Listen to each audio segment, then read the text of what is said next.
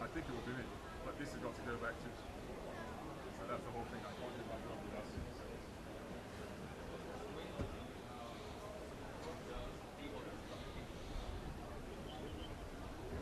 Right. Well, right. Is it going to be this one? Right. Good. Come on. Just come out. No idea. So we're just setting up Good, okay.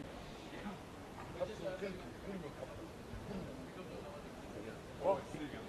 But if you've got to move it back here, that's what I'm saying. I've been told my position is moving back to here. So that, I was just saying to the guys, that needs to come here. Okay. Yeah. Thank you, sir. Now they bind them. They bind them. Huh? And sir, I'm going to need that power bar as well. Yeah. Okay. Thank you, sir.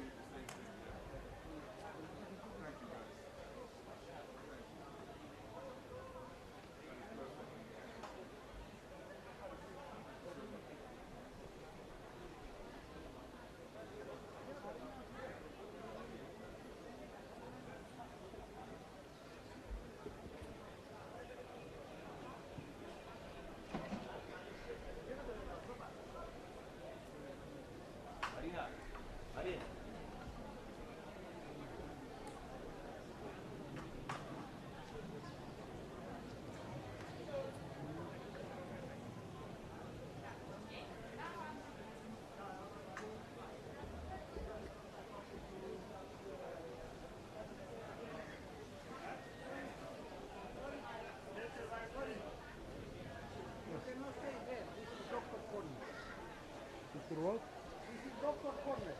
In case boxer injury, doctor needs to go up here. Okay, where I have to go? Take care. Not there. أستاذ سعيد وكل محل عمليات ممنوع ممنوع محل عمليات تتوقف على الجهة الثانية يعني بتصير بفريمة في الدكتور نو وفي ما بيطلع هون اللاعب من عندي كمان على الجهة الثانية على نفس الجهة بس على السايد الزوين أستاذ هون هون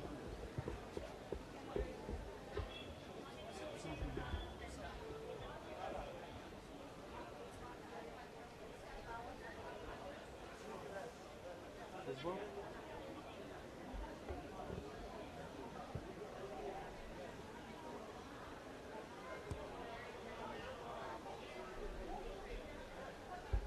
قال ممنوع على الواجب بس هيك بالضبط شو بدي اعطيك بس ترجي بفريمة هيك كورنر هون بفريمة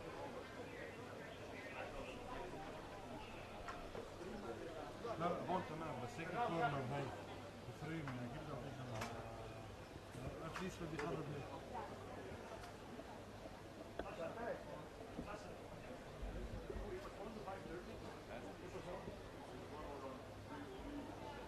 نحن بوجه الدكتور طبيب لا لانه بنفس الحكم وبدها ثاني بالتالي كمان وإيش الدرجة اللي بيطلع منه اللاعب فل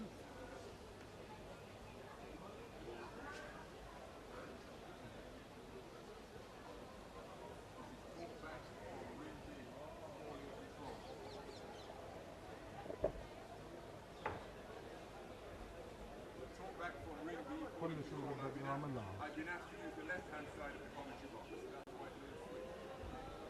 So on the left-hand side of the commentary box, talk back, this is talk back, this is talk back.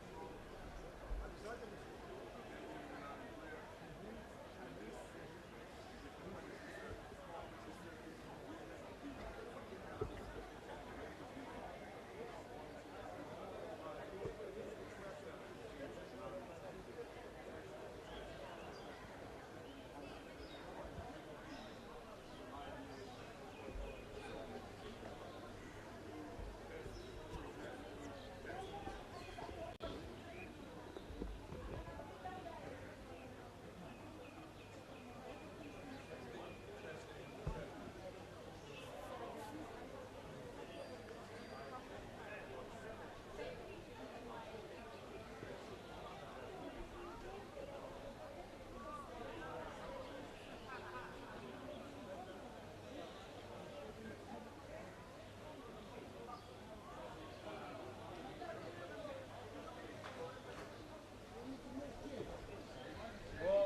I take the order from the director, I should be here.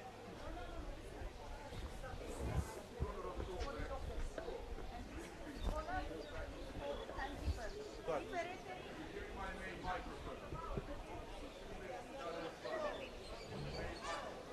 Is anybody hearing me?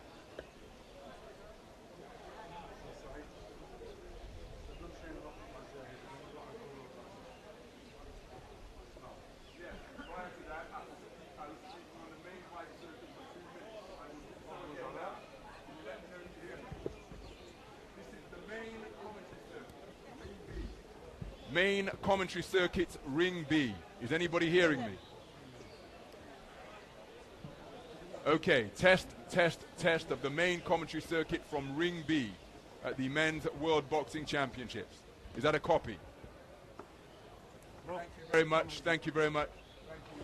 Bring the cable behind the table. Leila, I bring this also.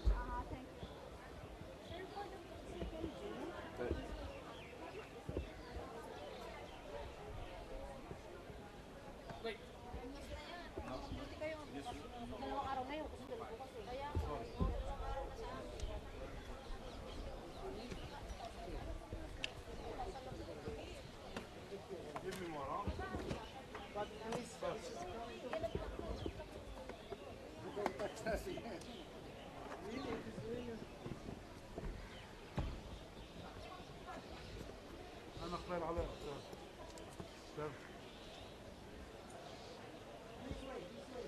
توجع على سيد سيد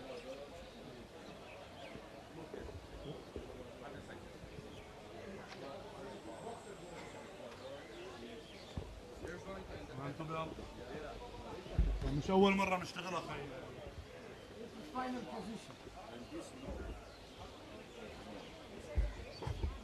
After 5 minutes you will tell me where I go.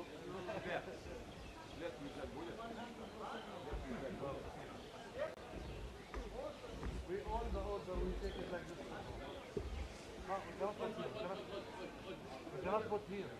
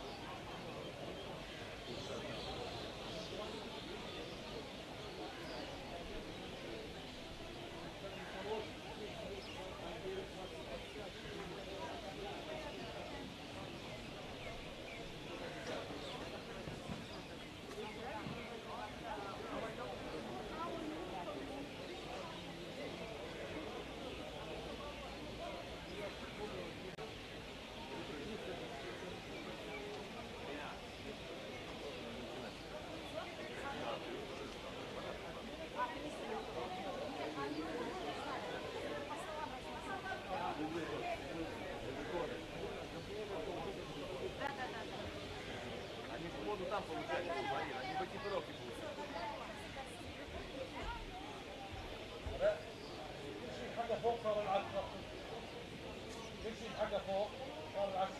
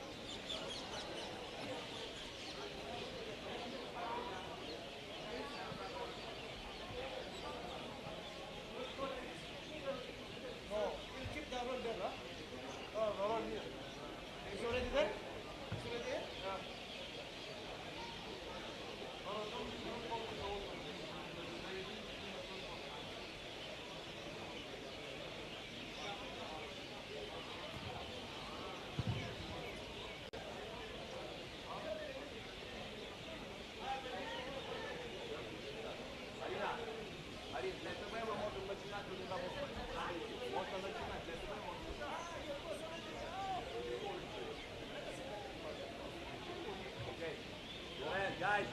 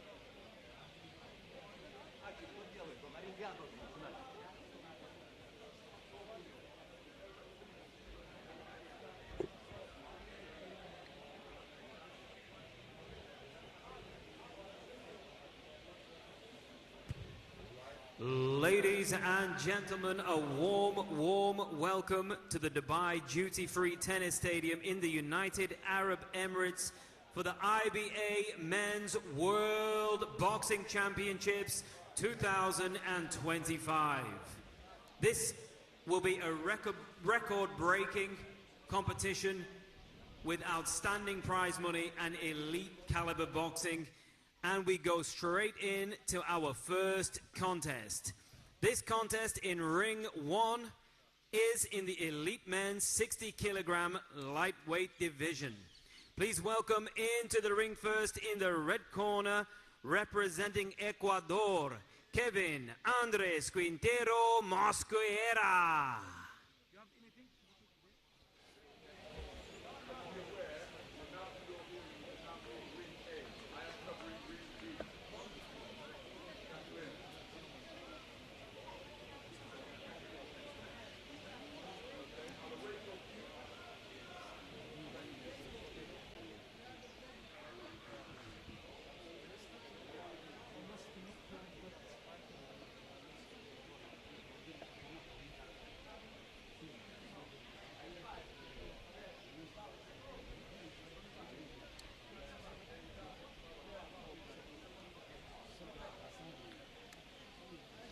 And now please welcome his opponent in the blue corner, representing IBN USA, Austin Lenihan.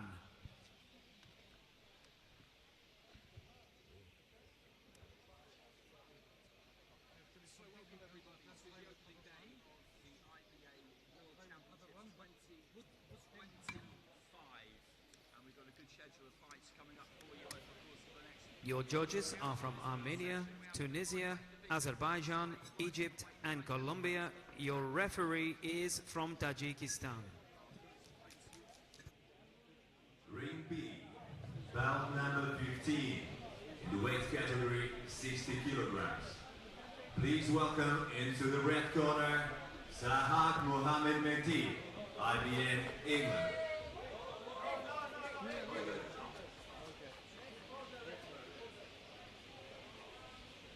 Referee, Rovshan Gadirov, Azerbaijan. Into the red corner, please welcome Sahak Mohammed Mehdi, IBN, England. And in the blue corner, please welcome Makana Maximillian, Brechthefield, Solomon Islands. Judge 1, Kazakhstan. Judge 2, Saudi Arabia. Judge 3, Uzbekistan. Judge 4, Algeria. Judge 5, Iran.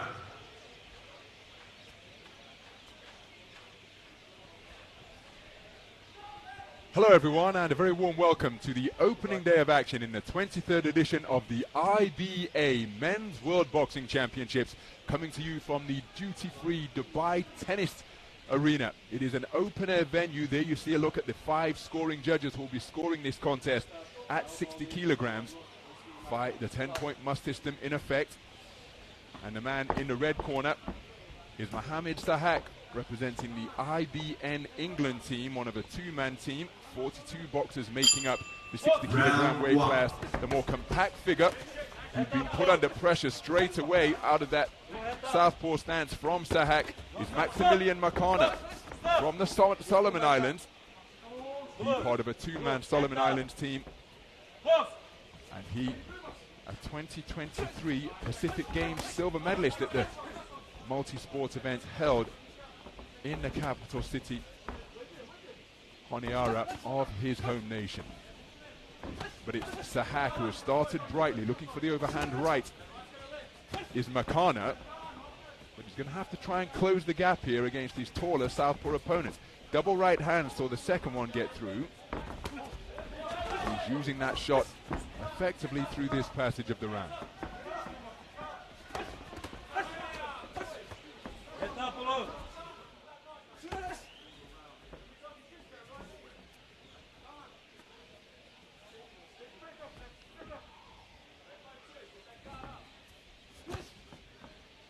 Right jab not too far away from Sahak, but coming forwards in marauding fashion with that looping overhand right is Makana.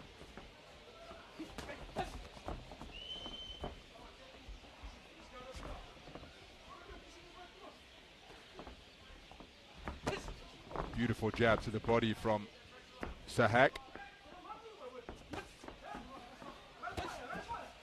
Nice movement out of the corner and a wonderful right hand counter followed by a left cross to the body from Sahak, who is looking increasingly comfortable up there now.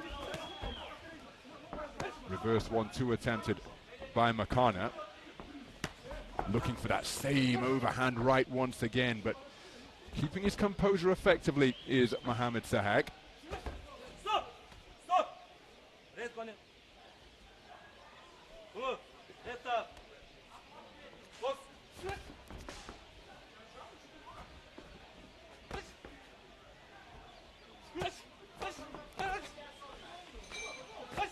So, effective use of the lead right jab again from Sahak.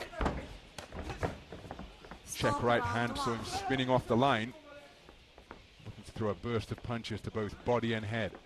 And Makana's got his work cut out here. You see him looking for that overhand right once again. Everything he throws is in looping fashion, looking as though he's trying to take Sahak out of there with a single shot. But Sahak can see those looping overhand shots coming, and he's piling up points behind the right jab.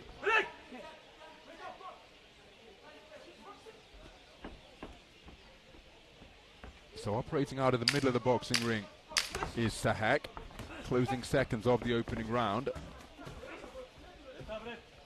Another swarming forward attack by Makana, just couldn't find a range, and I said hold that. Shot after the bell, and the referee rightly telling Mohamad Sahak to listen to his commands and indeed the bell. 2 rings in operation here at the open air venue.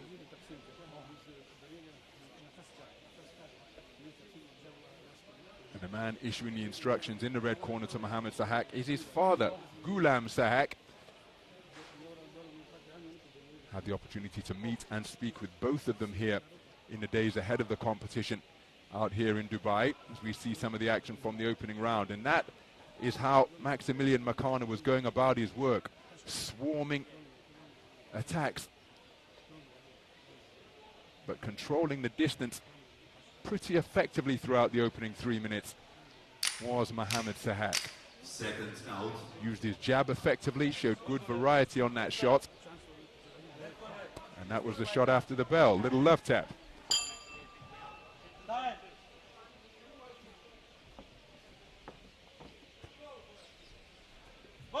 Round 2. So clean sweep of the cards for the man in red, and he's starting really effectively behind that right jab once again. Recently won in the 3-round format of IBA boxing at the Royal Rumble Championships in Bahrain. Shot on the break once again, this time from Makana. Tony Davis was his coach during that tournament, which is gaining traction in Bahrain. Tony Davis has done an outstanding job putting it together. I was exchanging messages with him. He's not present here in Dubai for the World Championships. Entering that Royal Rumble Championship. Good right hand over the top from Makana. But Sahak had 29 bouts, winning 27 of them, including the ISF Championship at 60 kilograms. That's the International Schools Federation, a multi-sport affair. And boxing was part of the calendar, and he came away with gold at 60 kilograms last year. And Sahak just picked off once again. He's coming forward with plenty of ambition, but not really able to find the range. As again, effective combination punching, now led off that time by a right hook to the body. Absolutely nothing wrong with the determination or ambition of Makana, but he's finding Sahak a very difficult riddle to solve. The 2 men sparring with the lead jabs, springing into range is Sahak. He's going to have to watch that he doesn't get complacent, but the way he just avoided that looping incoming shot shows that he's remaining switched on beyond the halfway stage of this second round.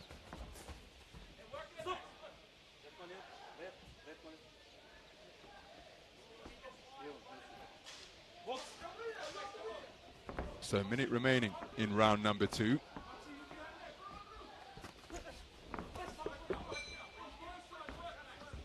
Again, it's a real opportunity for these boxers. Beautiful lead right stick, and look at the variety on it. He turned it into a corkscrew shot after the initial one got through from Sahak. But valuable international experience being gained on the global stage for these 2 boxers.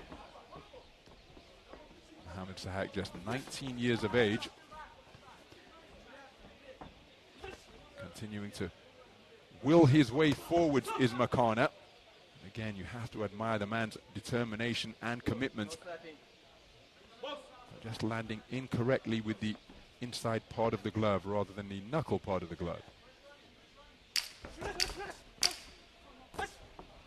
Beautiful combination once again with scoring shots, but keeping the attack going, making it a 2- and 3-phase attack, punctuated by that roundhouse right is Maximillian Makana. His best shot of the entire contest landed just before the bell to conclude round number 2. Third and final round. That's a classic case of too little too late for him to take the round, but just reminding Mohamad Sahak that he is still very much a live competitor and opponent in this opening bout. So some of the action from that second round. Not just one man, don't throw just one big punch, all right? Set it up, start to the body, then come over the top with bigger punches, all right? And the reason for is when he throws, right? His hands in the air when he throws. We can fucking hit him. That's when we've got to catch him, all right?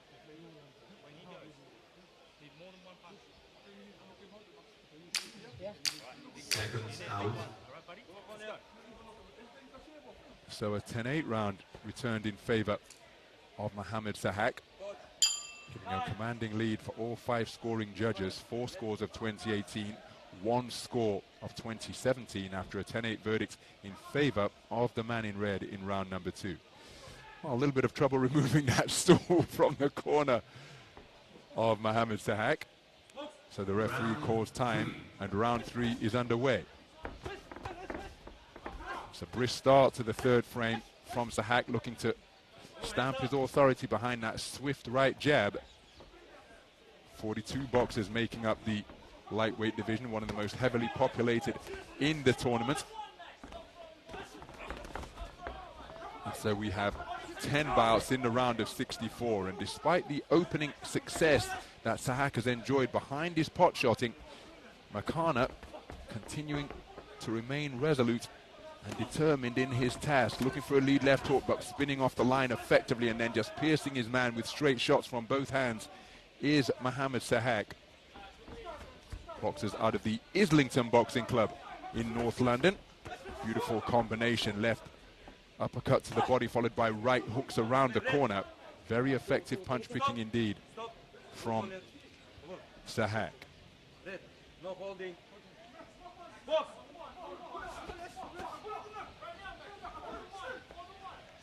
So doing a good job keeping the movement going as another home run right hand fired in by Makana. He probably is in the realm where he requires a stoppage or several knockdowns, and that is why he's putting absolutely everything behind these punches, but in loading up in the manner that he is.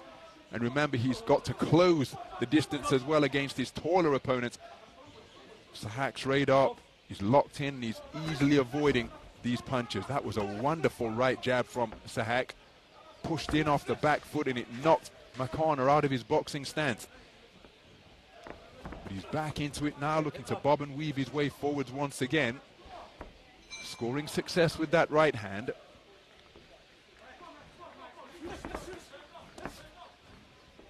Nice right hand is the final shot of the combination, and then look at the variety on the two-fisted attack from Sahak once again.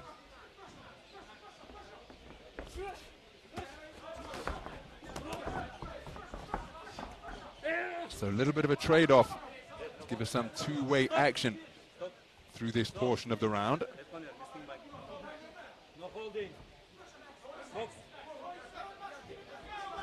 But it's Sahak who is boxing very effectively indeed, and that has been a primary weapon in his armory. The right jab out of that southpaw stance, flowing very effectively indeed, so won't be feeling fatigue. Just approaching 5:40 p.m. here local time, so the sun very much setting. Beautiful conditions in this outdoor venue. Again, just continuing to pile up the points and maintain the distance. Control the distance behind that right jab is Sahak. Closing seconds of this round, and there is the bell. The 2 rings in action. We've got bells and gongs, different tonality. And Mohamad Sahak just raising that right glove because he and his father, Mr. Ghulam Sahak, know that he is going through to the round of 32, where he will face off against the number 3 seed from Tajikistan, Ubaidov. This the bottom half of the draw, the top of the bottom half of the draw, if that makes sense. And one suspects it's a mere formality as we await the official verdict at the conclusion of the opening bout of Dubai 2025, the 23rd edition of the IBA Men's World Championships. Well, you have to credit Maximillian Makana. He never stopped trying, but he met an opponent with more experience at this stage of his career. Here's the verdict. Ladies and gentlemen, our next contest is a walkover bout. Therefore, going forward into the next round, the IBA Pro is your Henry Rosari. And now, ladies and gentlemen, we have our next contest. So, Mohamad Sahak from IBN England through to the round of 32, the second preliminary round in the lightweight tournament, with a unanimous points decision victory over Maximillian Makana of the Cook Islands. A very composed display to get this tournament underway. bout number 1 of 14 scheduled here in Ring B.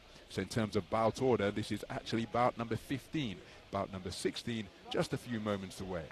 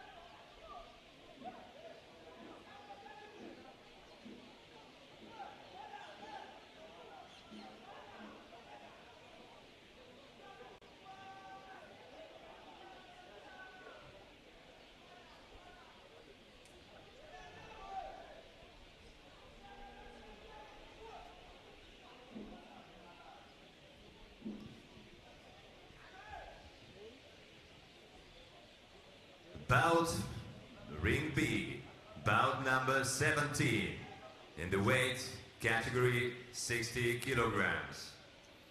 Referee Valeri Pastukov, Moldova. Judge, please welcome into the red corner, Zeneli Ariol, Albania.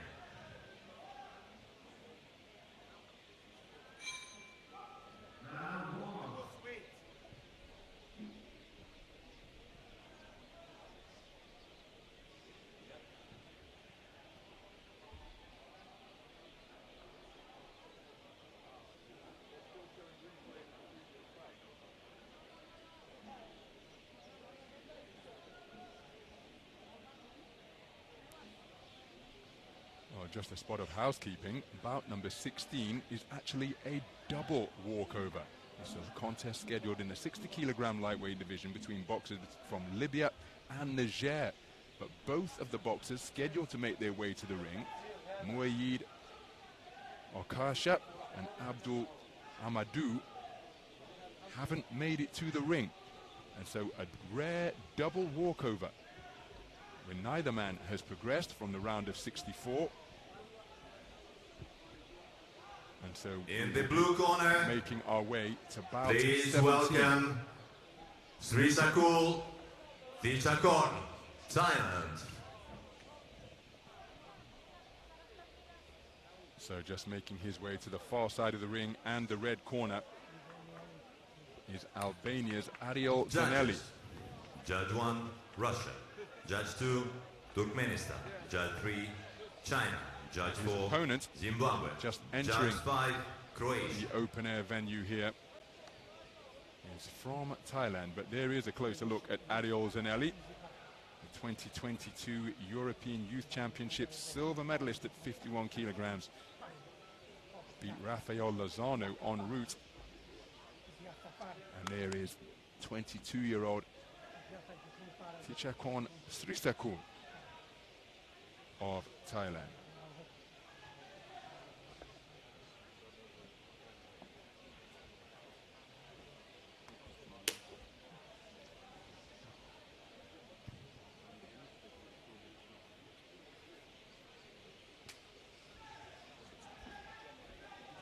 So our referee is from Moldova. Brief set of final instructions before we get bout number 17 under. Round 1. So this is a contest in the round of 64 in the men's 60 kilogram lightweight division between boxers from Albania and Thailand. The boxer wearing red is Ariol Zeneli, part of a four-man Albanian boxing team. In addition to that European youth silver that he won back in 2022 in Sofia, he's just not too far away with a left jab. He competed at the European Youth Championships at 60 kilograms last month in Budapest. His opponent wearing blue, also operating out of the orthodox stance, who's working effectively with that left hand to both body and head, is Thichakorn Srisakul. He too part of a four-man squad from Thailand. He's putting himself very effectively in the opening minute of this first round.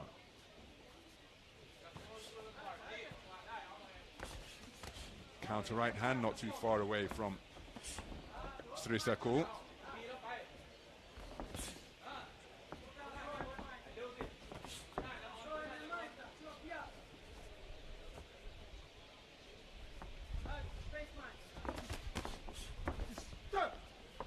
Right hand straying into rabbit punch territory from Srisakul, and that's why the referee speaking to him about punching to the rear of the head. Illegal, of course. Wonderfully skillful contest, this one. Both men seeking to establish their lead left hands. A wonderful lead right hand from Zeneli.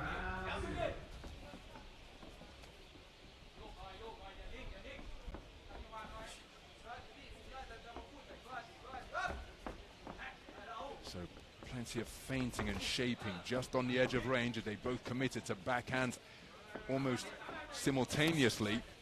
Three-punch combination, sees the final left jab get through, but then good work to body and head from Srisakul. Responding to make it a trade-off is Zeneli, and this is wonderful competitive boxing through this passage of the round. Each man showing wonderful quality so far.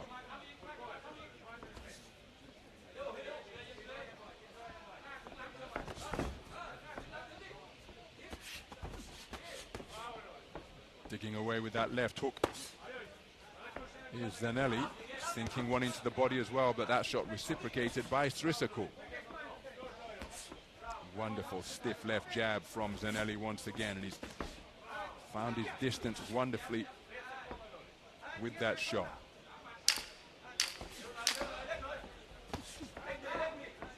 Overhand right not too far away from Zeneli.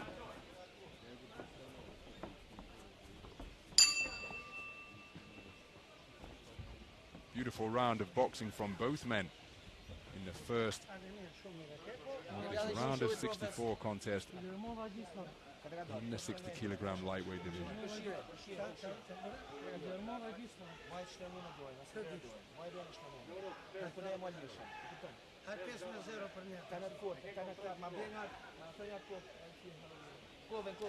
Some of the action from the opening round.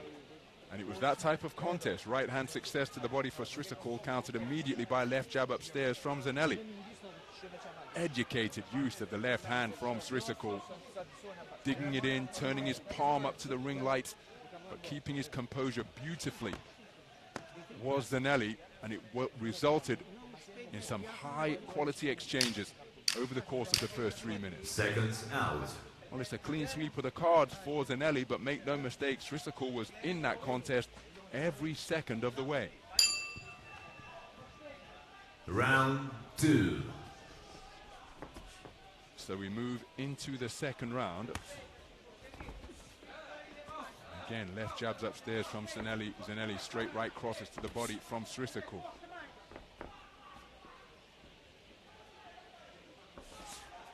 Real game of cat and mouse, this one. Each man reluctant to lead off recklessly because they know, given the speed that their opponent has demonstrated, that it's likely to be countered and punished. Short with the attempted jab and cross to the body was Srisakul.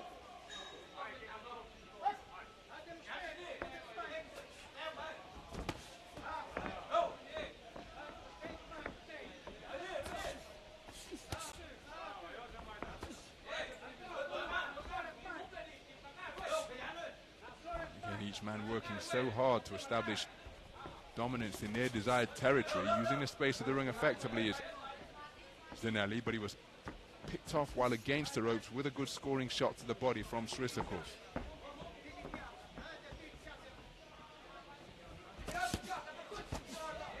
Good work to the body with the left hand once again from Srisakul. Zeneli has turned southpaw now. Now back in an orthodox stance. 3-shot salvo out of the peekaboo guard. And while he was tucking up, outstanding work to the body from Srisakul. Right hook around the rear of the left glove, but then coming back with good work to the body. Here's Zeneli.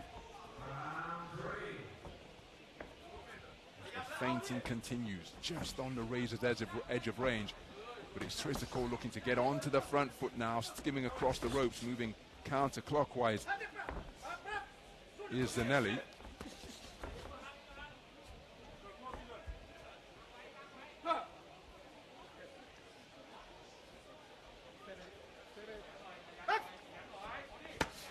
That's a cracking left hook to the body from Zeneli, countered immediately by good work downstairs from Srisakul. Good work to the body once again from Srisakul after Zeneli enjoyed more success upstairs. And again, it was a clean sweep of the cards in favor of Zeneli, but the first round was very similar to this one. Srisakul perhaps getting onto the front foot more frequently here in round number 2 when compared to the first. Counter right hand is a beauty, and it causes Srisakul to take a knee, but no count from the third man in the ring. He employed the lay back, fired out a stiff right cross, and it disrupted the boxing stance of Srisakul, whose knee seemingly touched the canvas, unless it was a deep lunge without touching down. But that's what I sensed from my ringside commentary position here. Strong conclusion to the round from Ariol Zeneli.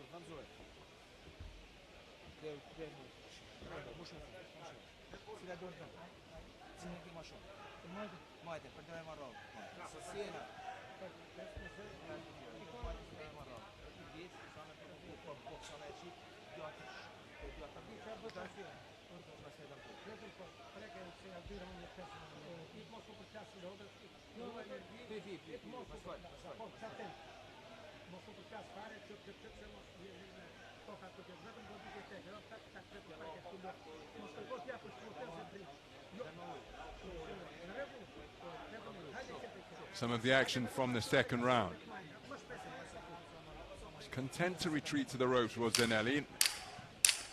By inviting that pressure, did take some good shots, particularly to the body, but as evidenced during that sequence, he came back with his own work downstairs. But that's an example of the quality of the infighting we saw in round number 2. So into the third round then.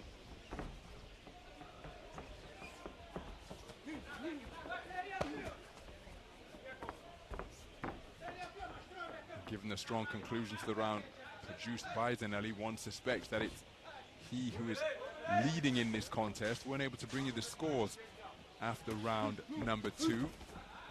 Swept the cards unanimously in the first round.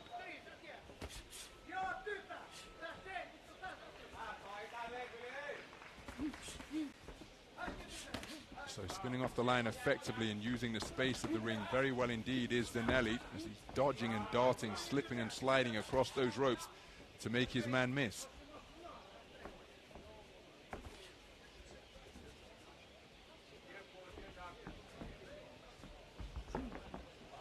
So just trying to lure his man in is Zeneli. He's southpaw once again near his own red corner. Perhaps as much clinching as we've seen in this contest so far. Right hand lead is a scoring shot from Zeneli, who's now back as an orthodox boxer. He's had a good look, has Zeneli, and now with the onus surely on Srisakul to try and clamber his way back into this contest, drawing his man forward and just picking him off with some effective back foot boxing. Again, look at Srisakul. He's doing a good job trying to cut off the ring, but now expanding the range as he likes is Zeneli. And then a check right hook out of the neutral corner, picking his man off with a right cross and left jab out of the southpaw stance. And his punches are stiff enough while on the back foot just to make it difficult for Srisakul to get his punches away without the fear of being picked off and counted. Just stole a glance to the screen above the ring, but if he's looking at the screen out of this ring, that would be covering ring A, so it would be rather discombobulating. The screen for ring B is directly above the action in the ropes arena. Assisting as a southpaw now is Zeneli. As I say that, he just switches back for a minute to the orthodox stance. But in matador mode now is Zeneli, because the onus is on Srisakul to produce a massive final round to get himself back into contention. And in the closing seconds, he hasn't been able to do that. Counter right hand again was effective from Zeneli. Competitive affair, that one. Quality in evidence from both boxers, but for my money, it is Ariol Zeneli of Albania who will be going through to the round of 32. Just awaiting official confirmation.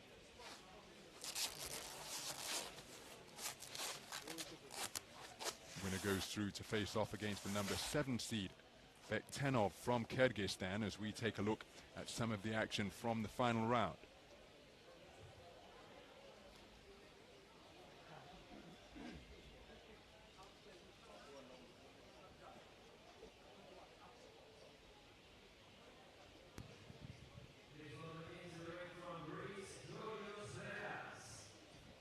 The winner of this bout, known points by unanimous decision, is the boxer in the red corner, Zeneli Ariol, Albania.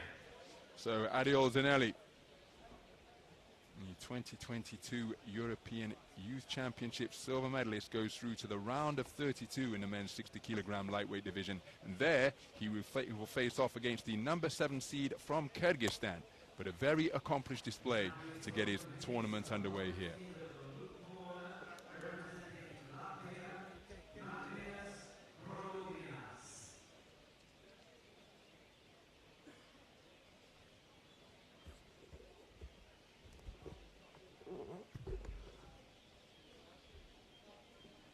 Some of the action from that contest, where Srisakul had his successes.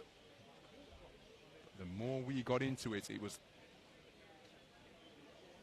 Zeneli who gave the impression that he was dictating the terms of this contest, and he ended up coming away with a unanimous points decision over the man from Thailand.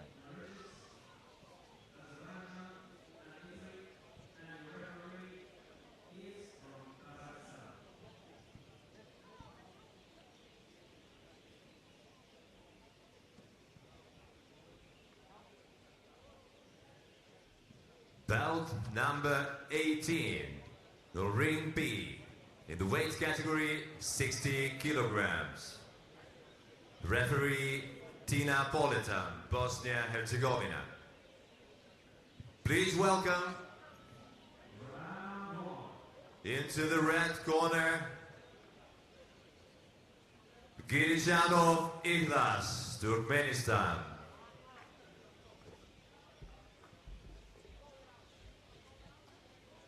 In the blue corner, representing Brazil, Da Silva, Goncalves, Arilson.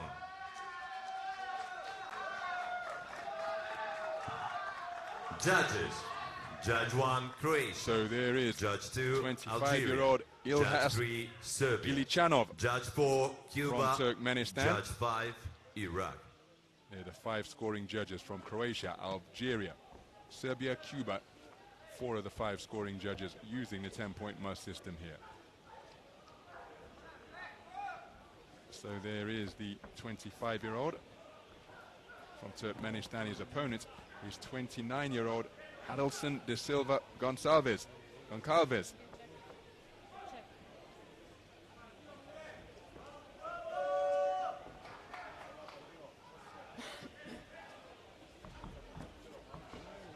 Tripolitan from Bosnia-Herzegovina is the third person in the ring, just checking the equipment of Arilson, De Silva, Goncalves.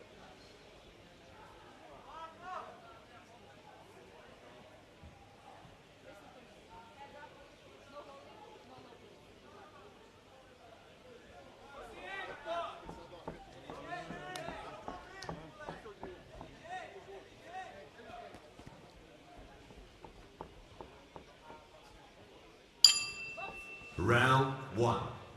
So this is bout number 19. We're in the bottom half of the draw in the men's 60 kilogram lightweight division, and it's a contest between boxers from Turkmenistan and Brazil.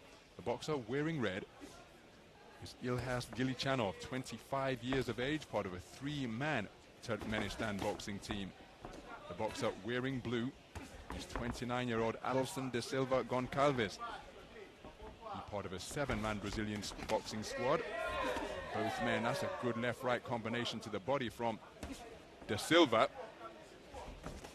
Come to the ring as an undefeated professional, 2-0 in the professional ranks, having made his debut in the paid code in December of last year. Last bout, the second bout of his 2-bout career, was in June of this year, but most recently he was in the vest and head guard in October. So switches back between the two formats that allowed in elite IBA boxing, of course. De Silva scores with a thrusting left stand. Well, the 2-punch combination to body and head from De Silva is bringing loud applause from his compatriots here at this open-air venue,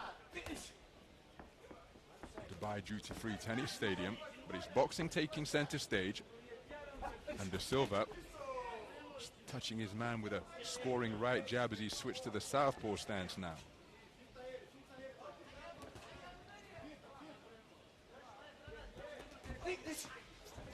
Just flurry of punches from GYLYCHJANOV, but didn't quite find a range with any of them. The attempted counter from De Silva was off the mark as well. Good work to the body, and then bringing a right hand through the middle from GYLYCHJANOV. And De Silva, who's demonstrating good head movement. Well, GYLYCHJANOV showing his adaptability, and that he's learning, because he's really targeting the body here now. And by definition, the body moves less than the head. Referee Thichakorn just reminding the boxers that they're to punch correctly with the knuckle part of the glove and not the inside of the glove. As another right hand gets through to the sternum of De Silva, he fights his way off the strands and spins out to the space of center ring. But pursuing his man is GYLYCHJANOV, leads off with a right hand once again. Good left hook to the body, and then reciprocating in kind is De Silva. Cracking conclusion to the round. Strong start by Arilson De Silva, but then just adjusting his tactics and targeting the body more effectively was YHLAS GYLYCHJANOV in the final minute or so of the round. Some of the action from the opening stanza.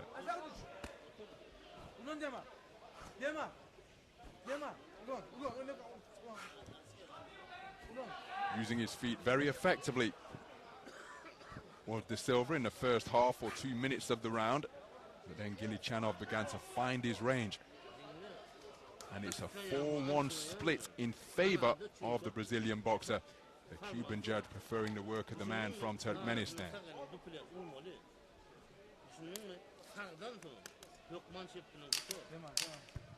Seconds out.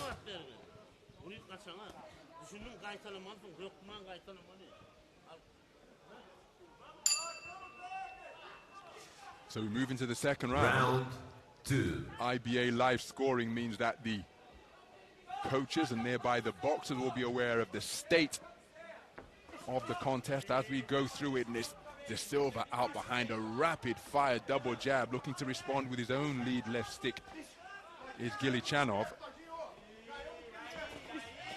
Looking to play counter puncher now is De Silva, but he was just picked off by an incoming left hook, and then stiff left jabs being snaked out by GYLYCHJANOV. But look at those right hand leads twice in quick succession from De Silva.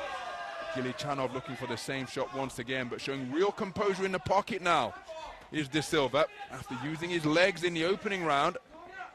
Here content to stand just on the edge of range, and there, GYLYCHJANOV to lead off, and then he fed him a really crisp left jab squarely into the face, which snapped his head back. There's the same shot once again. And he's driving the man from Turkmenistan backwards. Corkscrew right uppercut with a wonderful lead shot. Not set up with the jab, reaching for it. By definition, it's a risky shot to throw, but there's the same shot once again. And the undefeated professional from Brazil is just increasingly asserting his authority in this second round.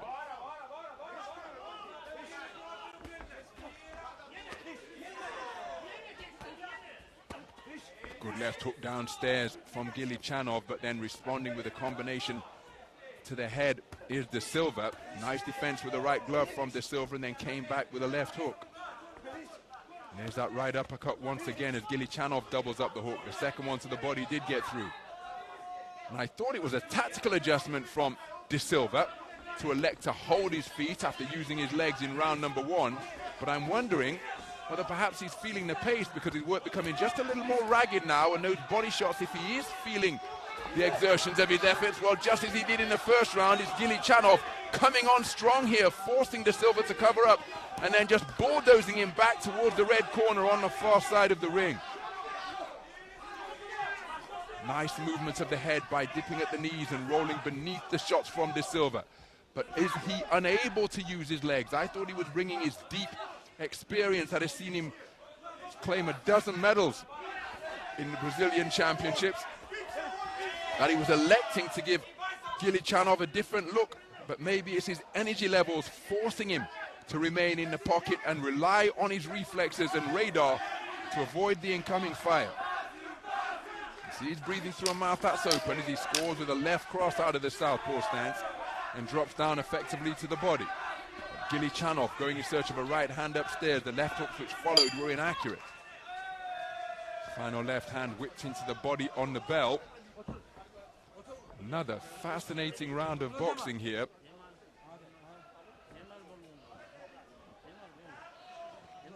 On this opening day of action.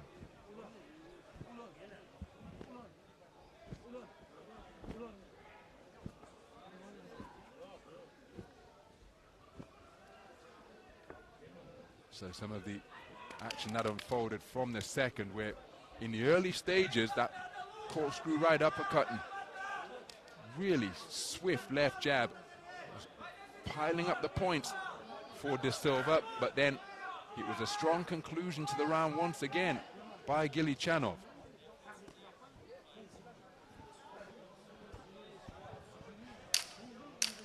GYLYCHJANOV taking it on a 4-1 split, so all scorecards are tied at 19 points apiece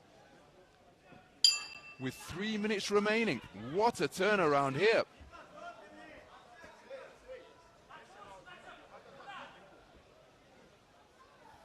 Round 3. Well, this contest in a round of 64 in the men's lightweight division has all come down to the final 3 minutes, because the man wearing blue, Arilson De Silva, Goncalves from Brazil, took the first round on a 4-1 split. Then he elected to hold his feet and box in the pocket after showing outstanding footwork in the first 3 minutes.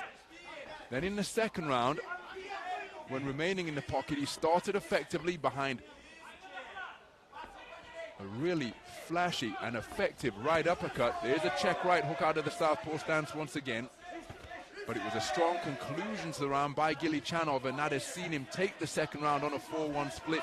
And the distribution of scores means that we are all square, 19 points apiece, with 3 minutes remaining. And onto the front foot is De Silva, operating out of the half cover guard. Not quite tucking the chin behind his shoulder, but relying on his reflexes to keep him away from the incoming fire. There's a fantastic atmosphere being generated by the fans in attendance here. Just behind our commentary position, a lot of teammates and compatriots of Abdoul De Silva are trying to produce some energy that he can harness as he drives in left hands to the body. There's a bolo shot from the backhand of the southpaw stance. And beyond the halfway stage of this contest, as he continues to work the body well, how much extra will he be able to take in terms of inspiration and energy in the final round of a contest that is in the balance? Remember, in the final minutes of rounds 1 and 2, it's been GYLYCHJANOV who has come on really strongly. Inaccurate with the overhand right from De Silva as he turns back to the orthodox stance once again.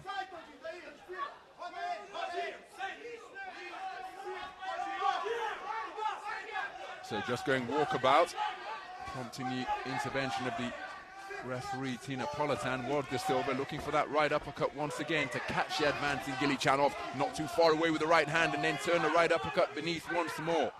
Good portion of the round from De Silva. Just wilts down to the canvas. That can be a sign of fatigue, but we are in the closing seconds of what has been an utterly absorbing affair here in the round of 64. He's dropping those hands now, trying to lure his man in and score with a counter. Is he also engaging in a bit of bout management as he whips the left hand around the corner? Very clever display, this one. GYLYCHJANOV on the front foot, takes the left hand to the body, and there's the bell to conclude what was a really competitive encounter between two boxers with different styles. The switch-hitting Arilson da Silva, Goncalves of Brazil, and the orthodox, stiff-punching operator from Turkmenistan, YHLAS GYLYCHJANOV. YHLAS GYLYCHJANOV concluded rounds 1 and 2 in really strong fashion. He was in it for every second of round number 3. If I was forced to lean one way or the other, I think the man from Brazil has done the better work. But remember, it was all square, 19 points apiece after 6 minutes of boxing. It's going to come down to the verdict of the 5 scoring judges, the 10-point must system in effect. And remember, if it's a 3-2 verdict, we will go to bout review, where 7 verdicts will be returned as the independent evaluators ringside. Their scores will be considered as well. Here's the verdict. And the winner of the bout, on points by unanimous decision, is the boxer in the blue corner. And there is confirmation of a unanimous point decision victory Brazil for Arilson da Silva Goncalves of Brazil. An incredibly tight affair, 28-29 for all scoring judges, which means that he took the final round unanimously, and that is a really good trait to possess. YHLAS GYLYCHJANOV of Turkmenistan played his part in what was a really entertaining and competitive affair, but just finding that extra consistency of quality in the final round, fighting through what could have been fatigue was Arilson da Silva. Remember, it's a long way to come from the South American nation all the way over to Dubai, but Arilson da Silva absolutely ecstatic because he goes through to the round of 32, where he will face off against the boxer from India, Thichakorn, in the next preliminary round.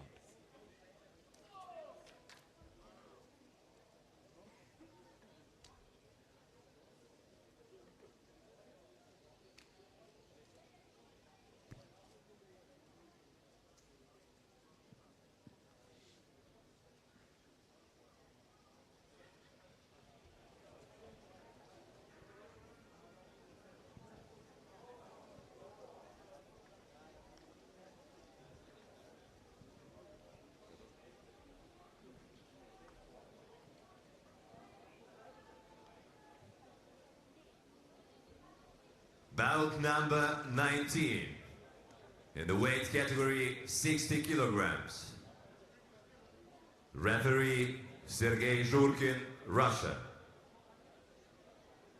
Into the red corner, please welcome the boxer representing Malawi, MAKWINJA Mphatso.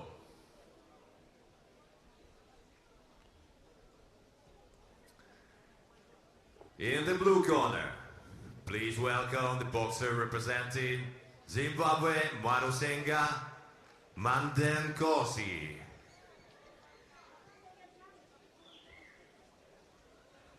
Judges: Judge 1, Spain. Judge 2, Turkmenistan. Well, there is a look Judge at 3, 20-year-old Kazakhstan. Judge 4, Mphatso China. Judge 5, MAKWINJA Azerbaijan. of Malawi. There are 5 scoring judges from Spain, Turkmenistan, Kazakhstan, China, and Azerbaijan. The man who is just making his way to the blue corner is Zimbabwe's Mandhlenkosi MARUSENGA. 25 years of age. He part of a 6-man Zimbabwean boxing team.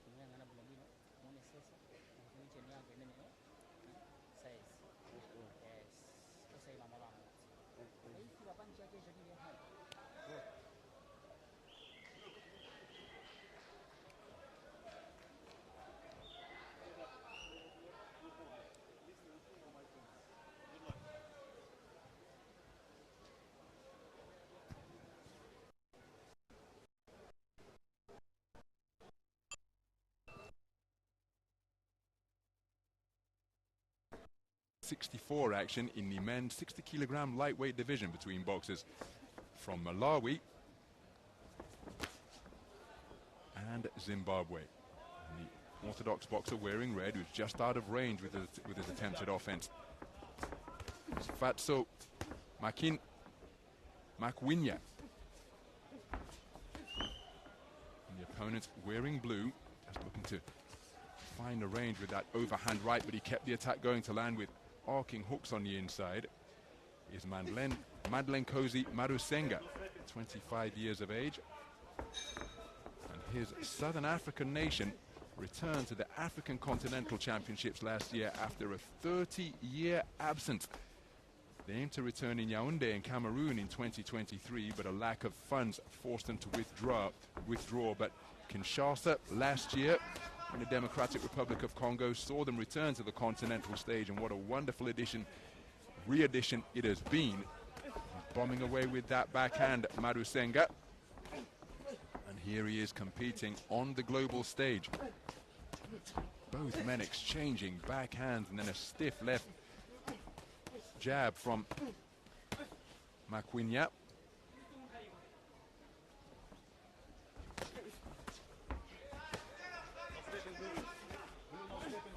So intent to switch hit while on the inside and within punching range is MARUSENGA. And his switch hitting, and while moving, as he scores with a good left cross off the back foot, it's making it very difficult for MAKWINJA to establish any rhythm, because these punches are coming in bunches. And he possesses an off-key speed and a herky-jerky style, does MARUSENGA. Back in the orthodox stance now, switch southpaw while walking his way forwards. A counter left hand out of a crouch not too far away from MARUSENGA. Right jab out of the southpaw stance was a scoring shot. Looping left hook landed by MARUSENGA.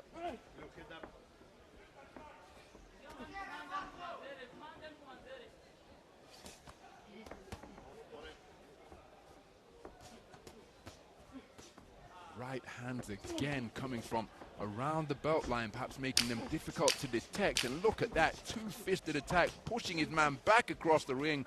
Wonderful punch picking from MARUSENGA, keeping his man under pressure. Excellent conclusion to the round by Mandhlenkosi MARUSENGA. A little dynamo up there in the boxing ring.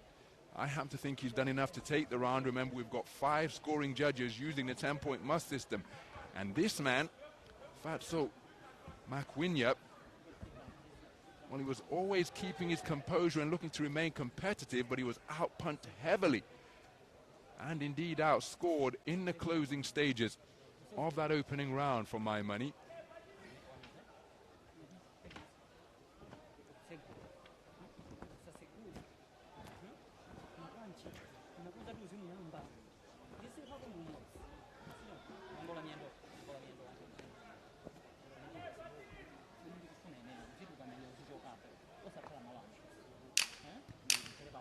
Seconds out.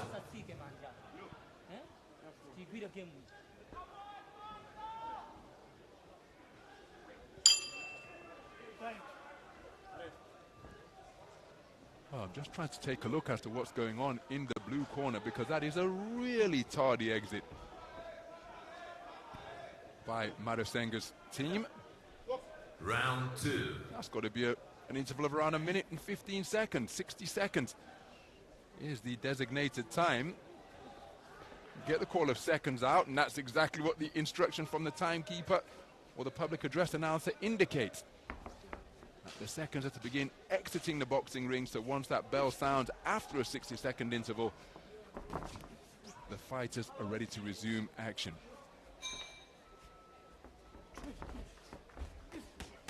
And again, look at the effective counter-punching with a 2-shot salvo after employing the layback to make his man miss, MARUSENGA.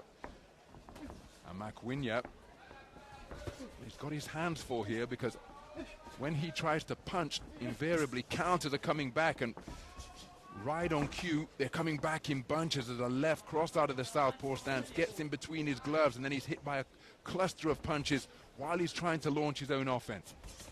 Very good display, punctuated by that right hook after that combination from MARUSENGA.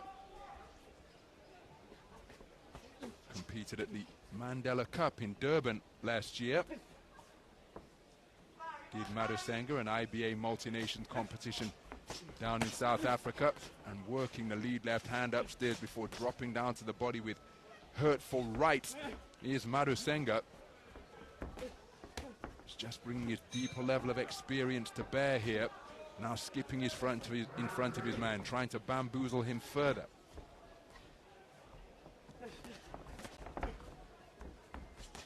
Doing a good job reducing the size of the target by turning sideways. There's a good shot to the body and a little combination upstairs from MAKWINJA.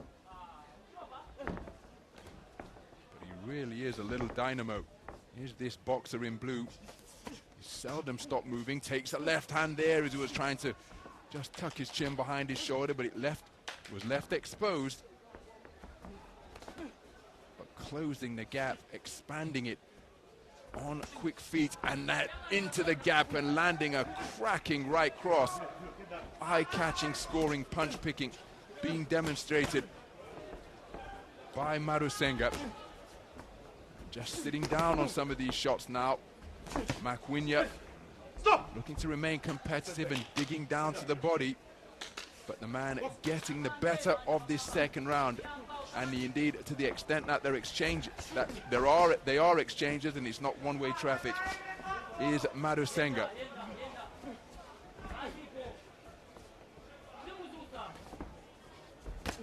Oh, that's a wonderful left hook come uppercut off the back foot once again, and now retreating to the corner, showing his comfort out of boxing, showing his comfort boxing out of a confined space, then turn the tables cleverly and look to go to work on his man. 2 rounds completed, and for my money, it's the man in blue who has taken both of them.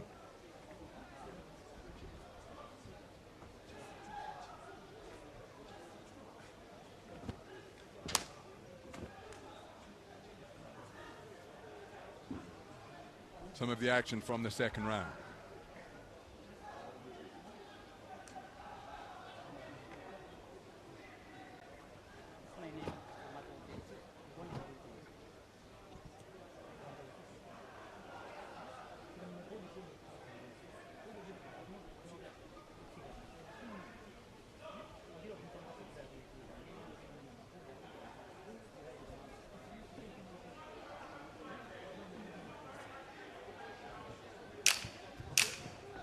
seconds out. So a clean sweep of the cards for the second consecutive round. 3 10-8 rounds were returned in the first in favor of Marusenga. Round 3. So as we move into the third and final round, the man wearing red from the landlocked Southeast African nation of Malawi, Mphatso MAKWINJA, has got a proverbial mountain to climb here. He one of 2 representatives from Malawi, but he's run into the he's run into the 25-year-old Mandhlenkosi Marusenga of Zimbabwe, who has acquitted himself very effectively indeed and just slowly dialed up the pressure. There's a nice jab off the back foot from MAKWINJA, but he's going to need a knockout or several knockdowns, a massive final round, however you wish to describe it, to get himself back into contention in this one. There's a peach of a right cross, uncoiled by Marusenga. Left hand slung into the body, wasn't too far away from MAKWINJA. MAKWINJA looking to uncoil a right uppercut. And that's when a right hand was thundering in from Marusenga. Marusenga changing direction in front of his man, picks him off with a beautiful right cross once again. Really eye-catching stuff from this dynamic 60-kilogram lightweight boxer. And he's simply not giving MAKWINJA a chance to set or establish any rhythm. Missed with a left hook and picked off by a left hook on the counter from Marusenga. Really has bossed this contest pretty much from the opening round. But give credit to MAKWINJA as he eats another right cross right on the jaw, but staying in there and continuing to compete is MAKWINJA. But the greater depth of experience from Marusenga being stamped all over this contest here with just under a minute remaining. But that is the thing about this beautiful sport of boxing. As long as MAKWINJA remains on his feet, he is a threat, he is dangerous. Because the manner in which Marusenga is closing the gap in such explosive fashion, if he can find a perfectly timed shot to catch the advancing man in blue, but he lands with a really eye-catching left cross once again. But that's the realm that MAKWINJA finds himself in here now, and he's sitting down on his punches, is Marusenga, to get real leverage on them. Looking to work the body to bring the hands down. MAKWINJA keeping a poker face, a phlegmatic expression, remaining committed to his task. But a delightful exhibition of sticking and moving and switch hitting produced by Mandhlenkosi Marusenga of Zimbabwe in that third round in particular. Remember, we had 3 scores of 2017 through 6 minutes of boxing, 2 scores of 2018, and one suspects that there'll be more 10-8 verdicts returned in the third, because Mandhlenkosi Marusenga wasn't interested in preserving energy. He just sought to continue to assert his dominance over his opponent from Malawi, and one suspects that he'll be going through to the next preliminary round courtesy of a unanimous point decision. There, the number 2 seed Shumkov awaits at the bottom of the 60-kilogram draw, he receiving a bye in the round of 64.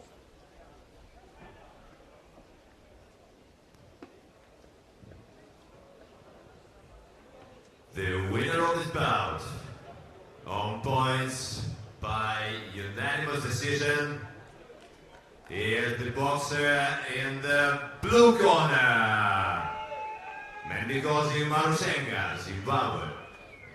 So Mandhlenkosi Marusenga of Zimbabwe, a dominant points decision victor over his opponent from Malawi, Mphatso MAKWINJA.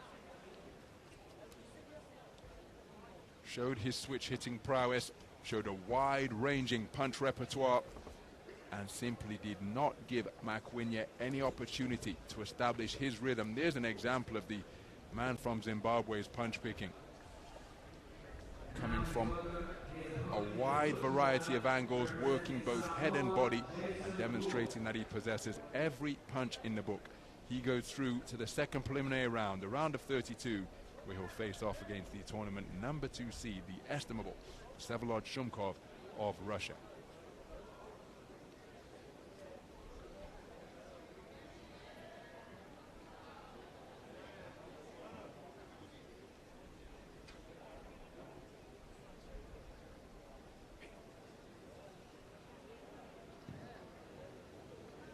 Belt number 20, or ring B, the weight category 67 kilograms.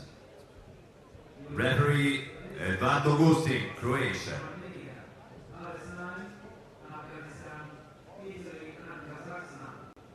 Into the red corner, please welcome the boxer representing Greece, NIKOLAOU Dimitrios.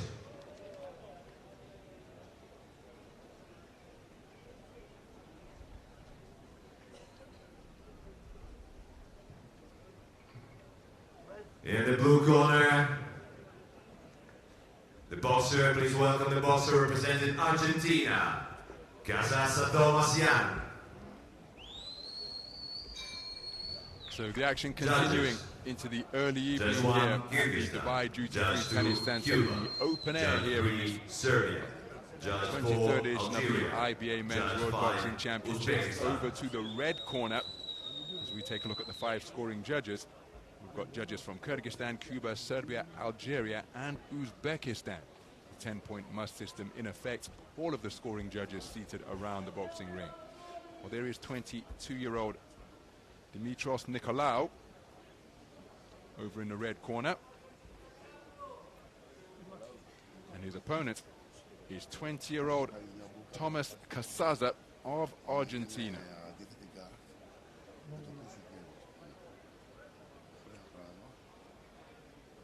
So DIMITRIOS NIKOLAOU and his opponent to the boxing ring for the final to the middle of the ring for the final instructions.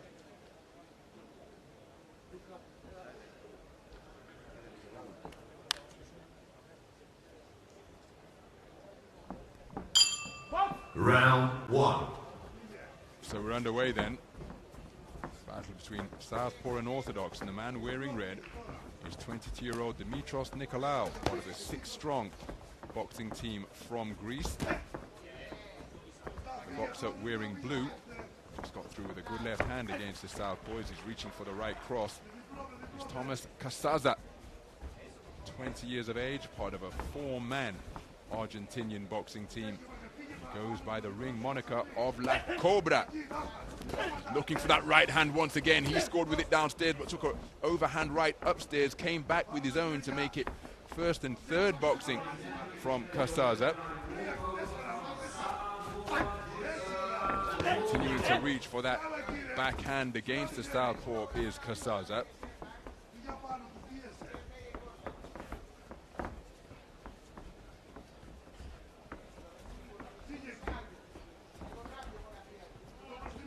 So a minute gone in this opening round. Boxers with completely contrasting styles, because Casaza with that low lead left hand looking to rely on reflexes, and with that cobra strike of a right cross, scored with it effectively, and then a shot to the body has doubled over DIMITRIOS NIKOLAOU. Piercing right cross right on the belt line, and it brought about a delayed visible reaction. We're only at the halfway stage of this opening round, and will the Cobra look to strike and get his man out of there by working the body once again? Look at how NIKOLAOU's keeping those elbows clamped to his body to protect that incoming fire. He's now getting back to the type of long bridging style he demonstrated. He takes a right hand downstairs once again, and another left hand. Right hand upstairs from Casaza. And this is a really smart display from the Argentinian boxer. And he, right cross, slung in upstairs. And if you spent any time in the boxing ring, well, the pain from a body shot can linger, prove rather debilitating, as another right hand dug down to the body, and another one right into the pit of NIKOLAOU's stomach. Dimitrios Nikolaou has done well to recover from that count. He didn't go down, but he showed a visible reaction, and the referee intervening to issue what was effectively a standing 8 count after a really effective right cross was driven in just above the belt line. Oh, that's a beautiful bolo backhand again from Kasaza, who has continued to target the man's torso and test whether there's any vulnerability down to the body. There's the same shot once more. Counter right hand catches the advancing Nikolaou. Wonderful display of pot shotting from those low held hands from Thomas Kasaza during the course of that opening 3 minutes.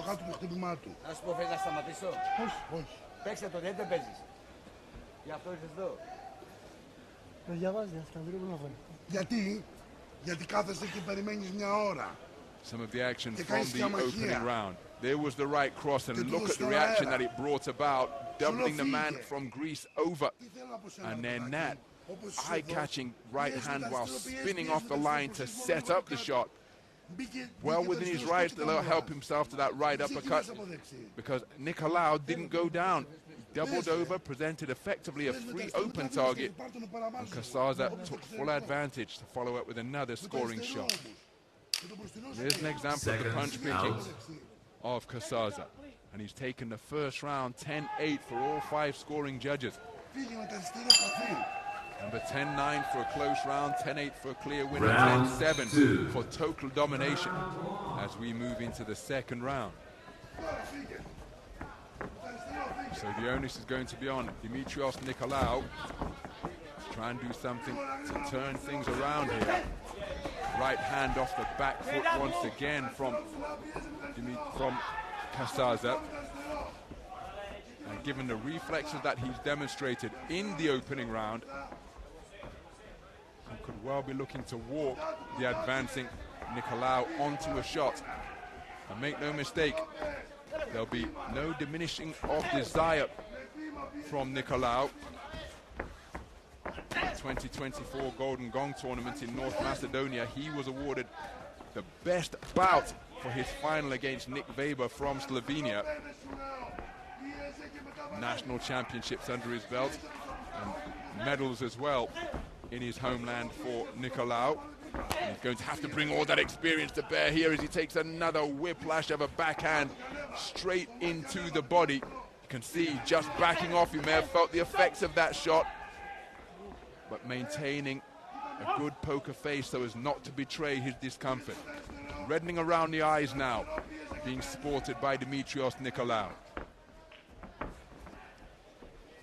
Doing an outstanding job keeping the movement going, both clockwise and counterclockwise, is Kasaza. It's a very clever display this through the first round and a half of boxing. Kasaza, who was posting on his socials about the festivities of the opening ceremony a couple of nights ago. Had the privilege of being here to commentate on that opening ceremony. And if you haven't had a chance to take a look, then it's worth digging out from the internet, because it really is a wonderful curtain raiser for this 23rd edition of the IBA World Championships, as La Cobra whips in another right cross to the body once again. But the origin story, the manner in which it was told, the artistry that was on display, and the execution of all of these disparate, wide range of elements was an absolute delight to witness and indeed broadcast on. You get the impression from his posts on social media that Thomas Kasaza felt similarly. And here on the stage to compete on the opening day of the championships as Nikolaou scores with a good left cross. He's turned southpaw now, making this a switch-hitting affair. Will he have any more success out of the port-sided stance? Remember, he conceded the first round 10-8 across the board. Despite having the courage to make some adaptations, I'm not quite sure he's done enough to take the second round here.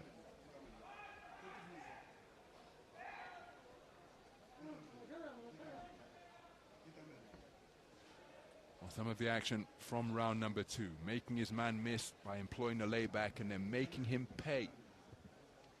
Here's Thomas Casaza. Again, showing good variety on that right hand. And the whipping manner in which he throws his shots.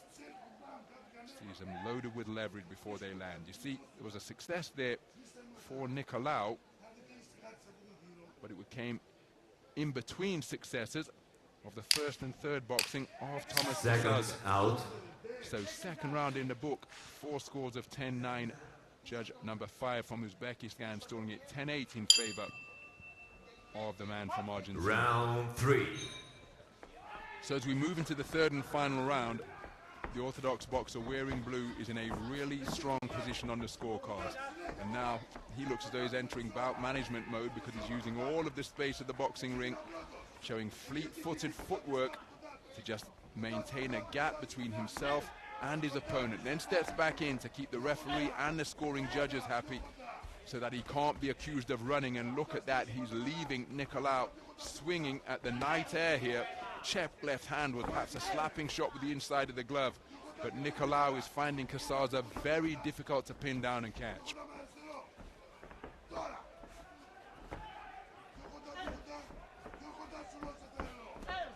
And again, just punctuating the footwork with enough punch picking so that the referee doesn't have to intervene and remind him of his responsibility to engage. Again, check left hand while spinning out of the neutral corner. It's a very clever display, particularly given the context of the contest with 3 minutes remaining at the start of the round. He's piled up the points over the course of the first 2 rounds. A clean sweep of the cards, 10-8 for all 5 scoring judges in round number 1, 10-9 for 4 judges and 10-8 for judge number 5 in round number 2. And here in the third, well, he's ensuring that he's not going to run onto anything silly by maintaining a gap between himself and the forever bustling forwards Dimitrios NIKOLAOU of Greece. He's registering an awful lot of miles on his fistic odometer up in the boxing ring as he scores with a poking right cross. And again, Dimitrios NIKOLAOU's face just increasingly reddening here, resembling the tint of his vest because of the effective shots that NIKOLAOU has been able to uncoil.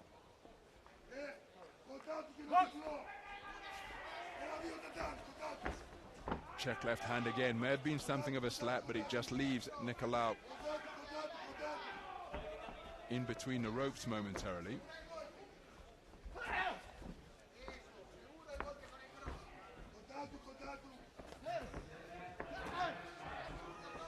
Showed wonderful composure throughout this contest, has Casaza.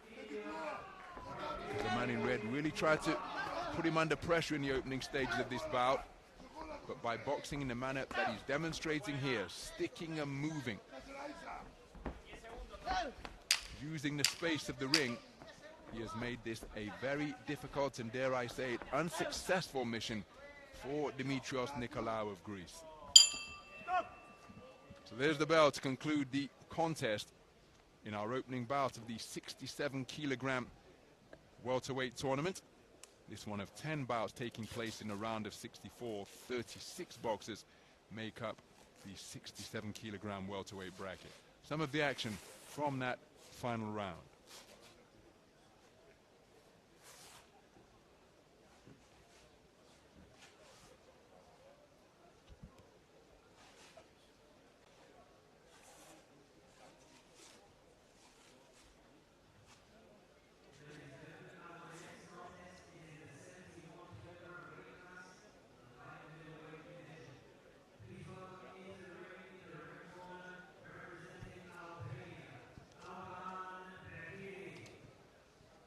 The winner of the bout, on point by unanimous decision, is the boxer in the blue corner, Casaza Argentina.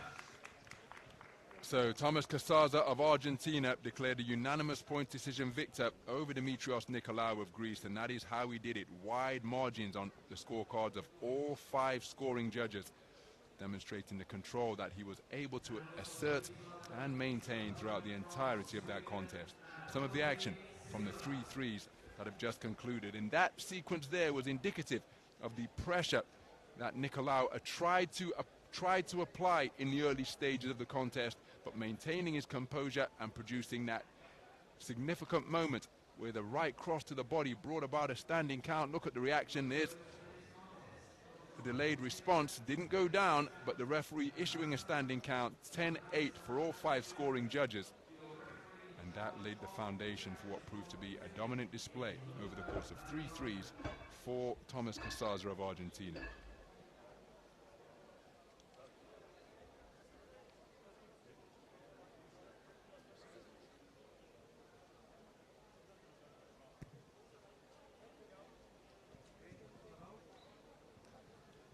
Bout number 21 in the 67 weight category. Referee Jamila Borkoeva, Kyrgyzstan. Please welcome into the red corner the boxer representing Scotland, George Leo John Francis.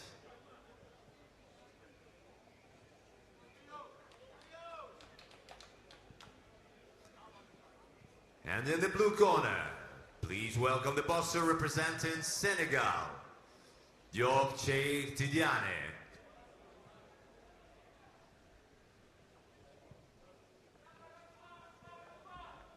Judges: Judge 1, Kazakhstan. Judge 2, Zimbabwe. Judge 3, China. So they're the 5 scoring Judge judges 4, ahead of our next Saudi contest Arabia. in the welterweight division. They're from Judge Kazakhstan, 5, Zimbabwe, Bosnia and China, the Herzegovina. Kingdom of Saudi Arabia, and Bosnia-Herzegovina.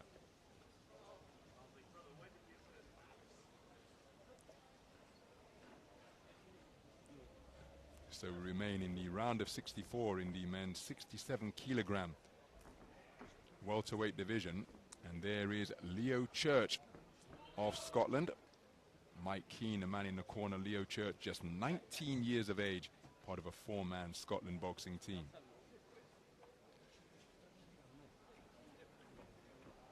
Cheikh Diop, 10 years his senior, is the man from Senegal.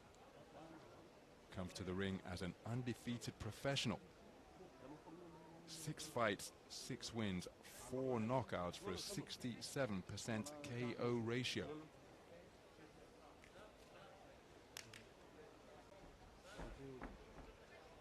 So Mike Keane, the man on the corner, as the boxers to center ring for the final instructions.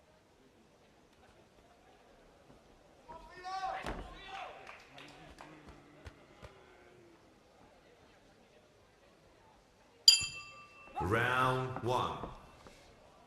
So this is action in the round of 4 in the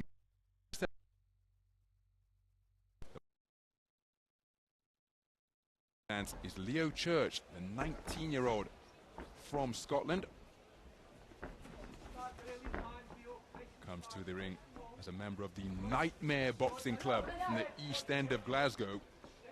He's representing Scotland on the global stage for the 2nd time this year, having competed in the World Boxing World Championships in Liverpool earlier this year. The boxer wearing blue is Senegal's Cheikh Diop, 29 years of age. Perfect record in the professional ranks, 6 fights, 6 wins, 4 knockouts for a 67% KO ratio. He made his pro debut in April of last year. His last bout was just a couple of months ago in October, where he scored an 8th round stoppage. So he's keeping composure, keeping composed under fire. It takes a wonderful 3-shot combination, left, right, left from Church. Dropping down to the body and piercing the defenses of Diop is Church. His 2nd consecutive appearance at a global championships. Diop, having boxed in the edition in Tashkent 2 years ago. Again, given the disparity in age, there's a right hand over the low held left is the scoring shot from Church. Church with a very effective first half of this opening round.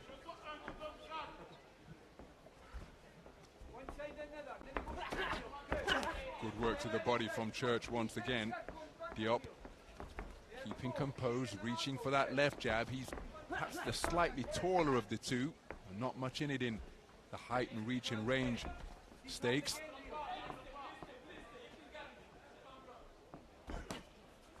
So tucking up effectively behind high-held gloves is Diop, but then how about that for a corkscrew left hand from Church to penetrate his defenses, showing good variety as the boxers exchange jabs.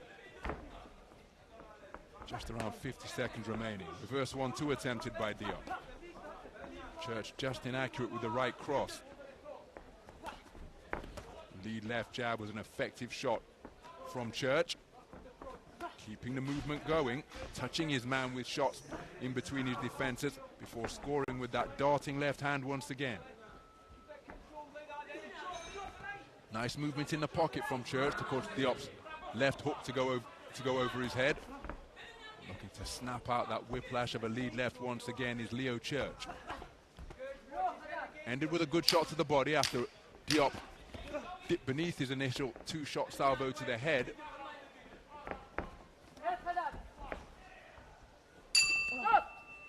So the first round in the book, and for my money, it's Leo Church who did the better boxing in that round. Mike Keane in between the ropes to issue the instructions in between rounds. Some of the action from the first. Diop looking to be dangerous with that left hook, but Church read it and evaded it effectively, and he was able to snake his gloves in between the defenses of Diop on a number of occasions during the course of that first 3 minutes. Yeah, you see him ending on a left hook after Diop slipped beneath his two-shot salvo upstairs. So Leo Church taking the first round for all 5 scoring judges. 10-9 across the board.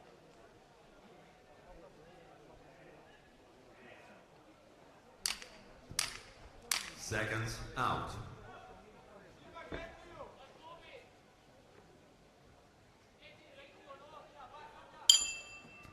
Round 2. So we move into the second round. Leo Church, the 19-year-old Scottish boxer, has taken the first unanimously.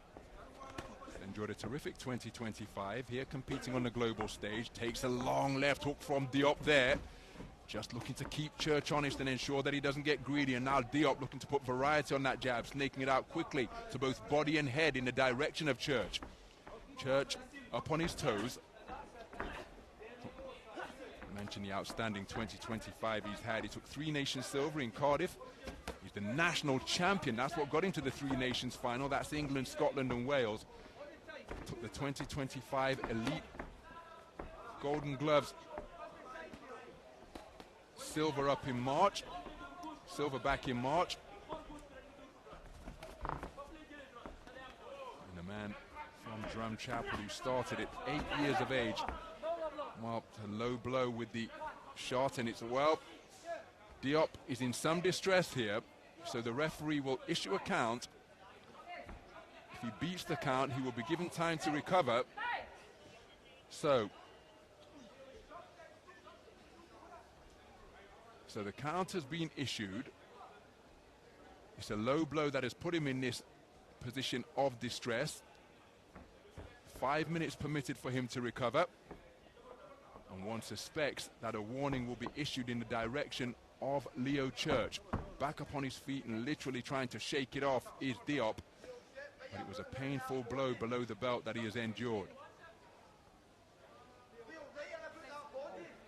So he's sent to a neutral corner, and now the point deduction will come. So 1 point off the scorecard of Leo Church for that low blow, which was clearly uncomfortable for Cheikh Diop. And in the event that he wins this round and Diop digging away with that left hook, remember it's the 10-point must system. One boxer must score 10 as Church just ends that attempted trade-off with a stiff left jab. Right hand lead was an effective shot from Church. Perhaps a check left hand from Church, sending Diop tumbling into the ropes. So in the event that Church wins the round as he takes a good left hook to the body from Diop. His scorecard will read 10-1, or the deduction. In IBA competition, sometimes it's taken off in a round where the transgression occurs, or otherwise it's taken off. Other times it's taken off at the end of a contest. But the scorecard of Leo Church subjected to -1 for a low blow against Che Diop. Right hand lead not too far away from Leo Church. Diop looking to get on the front foot, but using the space of the outer reaches of centre ring effectively is Church. Good two-shot salvo to the body. Diop fires back with a shot upstairs. Countering effectively off the ropes is Leo Church.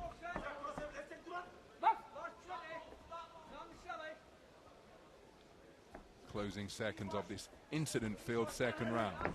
Just touching his man once again in between the gloves is Leo Church, varying his power nicely. Counter right hand from Diop was an effective shot during that exchange.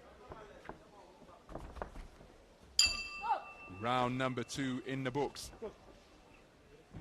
So again, I think Church did enough to take the round, but he has been hit with a warning for a low blow. That left Diop writhing on the canvas.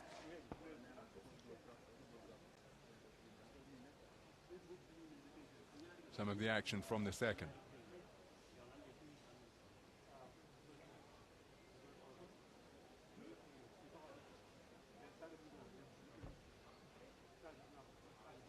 There was the low blow. An immediate reaction from Che Diop. Well within his rights to take the time necessary to recover. Up to 5 minutes permitted. And a point was deducted from the scorecard of Leo Church for that breach of the rules. So took it on a 3-2 split. Did round 3. Leo Church. As we move into the third and final round, Diop hooking with the left hand to the body. He's trailing in this contest, but has got his way back into it because he conceded the first unanimously. Took the second round for 2 of the 5 scoring judges, and Leo Church subjected to a points deduction as well. So Leo Church trying to stick and move here now. Wonderful work on the inside to spring up out of that crouch and score underneath. Darting left jab, and again just dipping at the knees effectively beneath the incoming fire from Diop.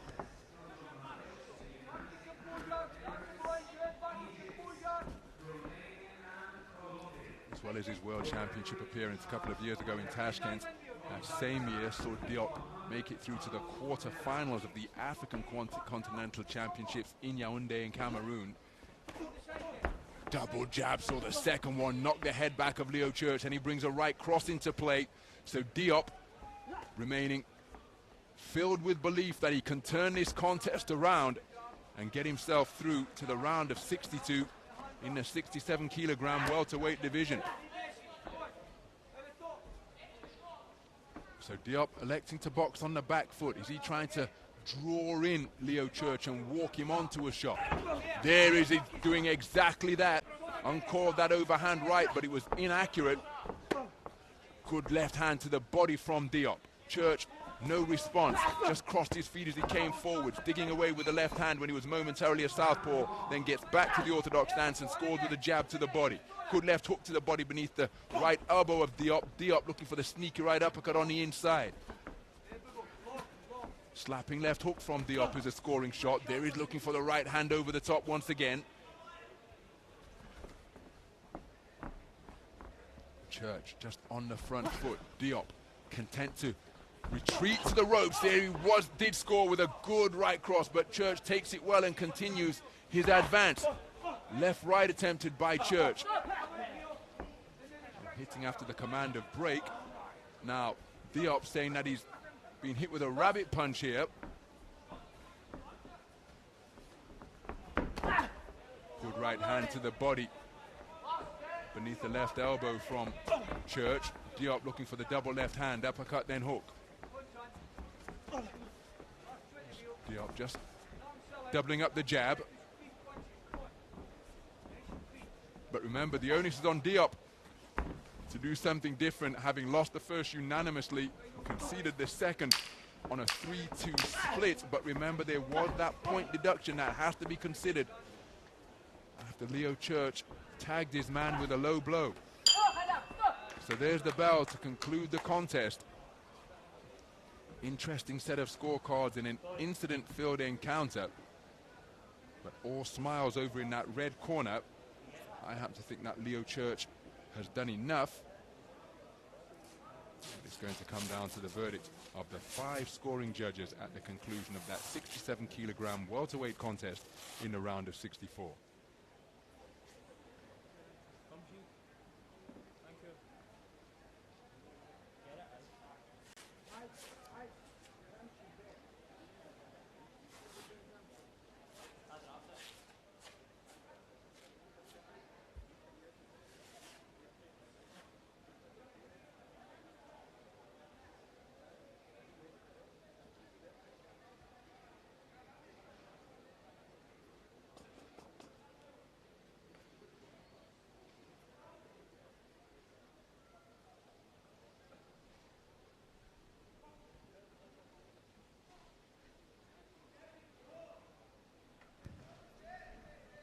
And the winner of this bout, on points by split decision, is the boxer in the red corner, Leo Church, Scotland.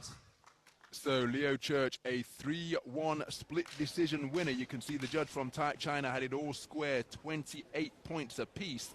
The judge from the Kingdom of Saudi Arabia preferring the work of Diop.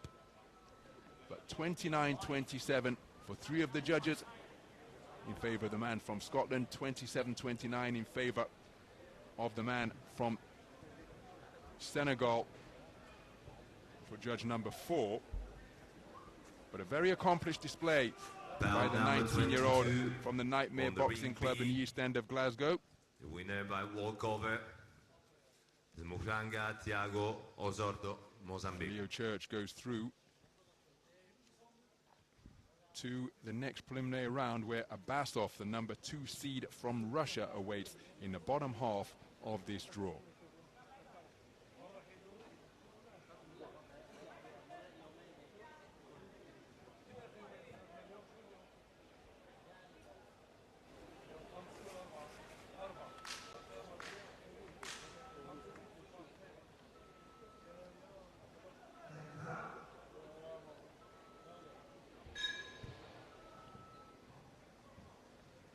Ring B, bout number 23, in the weight category 80 kilograms.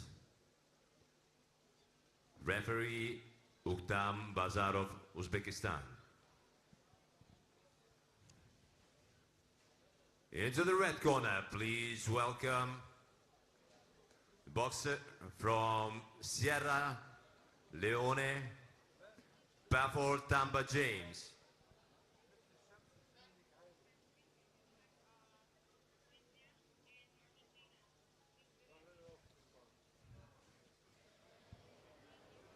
In the blue corner, please welcome the boxer representing Tonga, Malupo Tevita Laukingoa.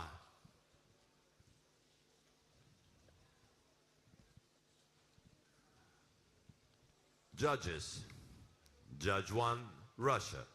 Judge 2, Moldova. Judge 3, there are the 5 Croatia. scoring judges for our Judge next 4, contest, Azerbaijan. from Russia, Moldova, Judge Croatia, 5, Azerbaijan, Turkmenistan. and Turkmenistan.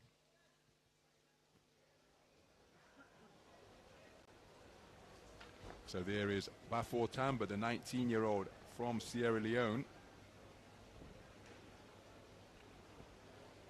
We're in the 80-kilogram light heavyweight division, because the contest schedule for light middle seems Thiago Mosanga,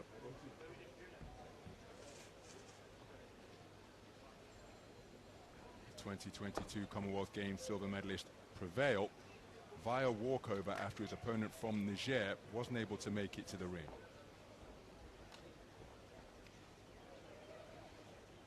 Malupo Tevita of Tonga is the man in the blue corner.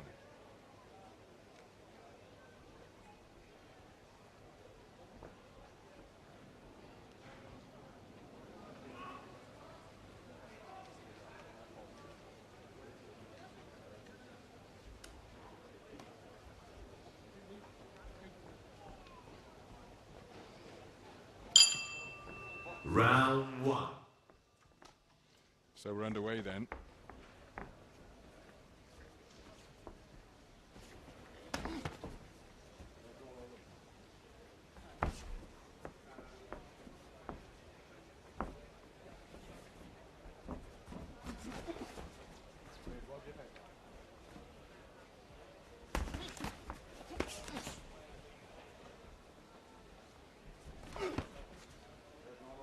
Right hand not too far away from the man operating out of the orthodox stance in that red vest, James Bafor, the 19-year-old from Sierra Leone.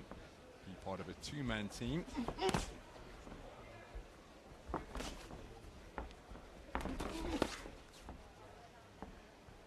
His opponent wearing blue. Just nice movement going backwards is Tavita Malupo.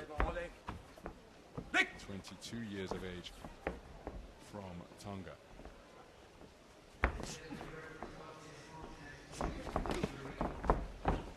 Loss of balance as big punches raining in. Malupo looking to dig down to the body. Right hand around the corner and it's completely folded. James Bafor, this contest over. And Malupo going through to the next round in explosive fashion.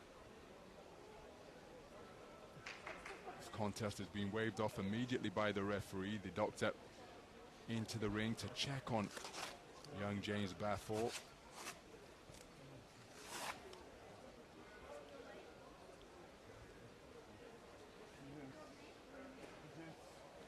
So the medical team just carrying out the necessary checks and assessments.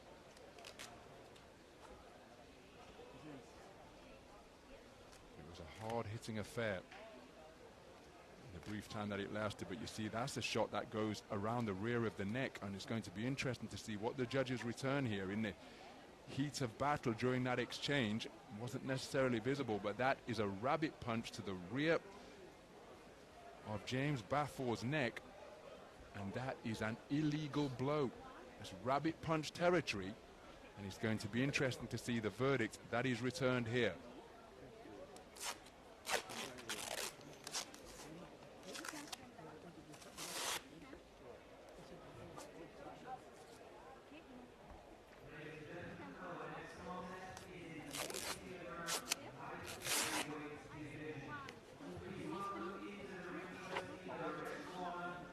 So, evaluation continuing of James Bafor, who competed in the World Youth Championships in Budva, Montenegro last year. And you can see his balance and coordination have been significantly affected. The ringside doctor asking for chair and water as he continues to be tended to. So again, I'm interested to see what verdict the officials return here, because the replay clearly demonstrated that it was a shot to the rear of the head of James Bafor that sent him to the floor. Not intentional from Tavita Malupo, but there's the shot, and that is rabbit punch territory, and that's why those shots are illegal, because it's such a vulnerable area. The target area in boxing is to the front of the opponent, and that clearly was not to the front of James Bafor. Now again, we have the benefit of replays, but this a dramatic development in the round of 64 in the men's 80-kilogram light heavyweight division. So the medical evaluation continuing from the doctor. And now we're going to receive the particulars and the official verdict. Is it going to be a KO victory for Malupo? The winner of this bout or a disqualification by KO, the boxer in the blue corner. Well, you can see the disappointment that is befallen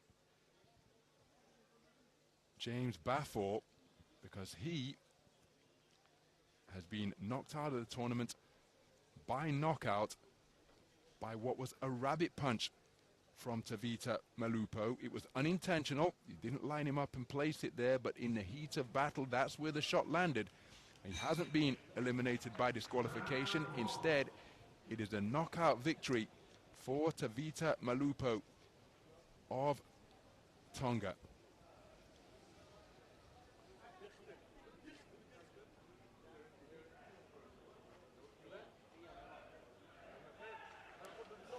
And there again, we're taking another close look at what was clearly a rabbit punch, which completely wiped out the resistance of James Bafford. No appeal process here in place at the IBA Men's World Boxing Championships in Dubai. And so it is a KO victory for Tavita Malupo of Tonga.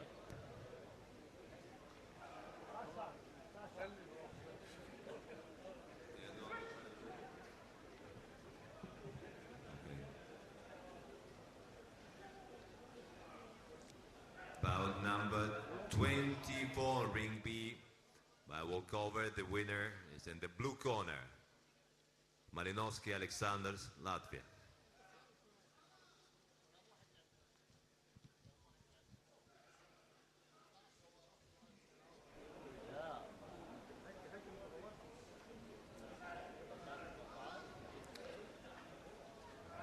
Bout number 25 on ring B. Referee Saleh Abalkhail, Saudi Arabia. Please welcome into the red corner, representing IBN India, Kumar Pravesh.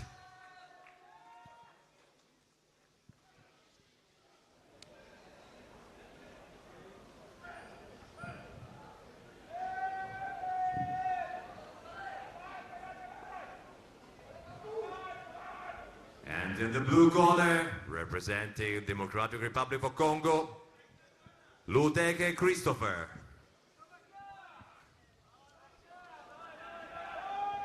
So we remain in the 80 kilogram light heavyweight division. Judge 2, Spain. 5 scoring judges Judge hail 3, from Serbia. Cuba, Spain, Judge Serbia, 4, Iraq, Iran. and Zimbabwe. Judge 5, Zimbabwe.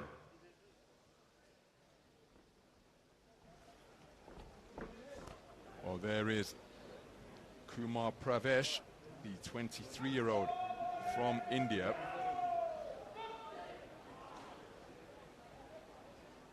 Part of a 13-strong Indian boxing team. Boxer in each of the 13 weights being contested here in Dubai. His opponent is 28-year-old Christopher Luteke from the Democratic Republic of Congo, 28 years of age. Is the man who was born in DR Congo but lives in the United Kingdom.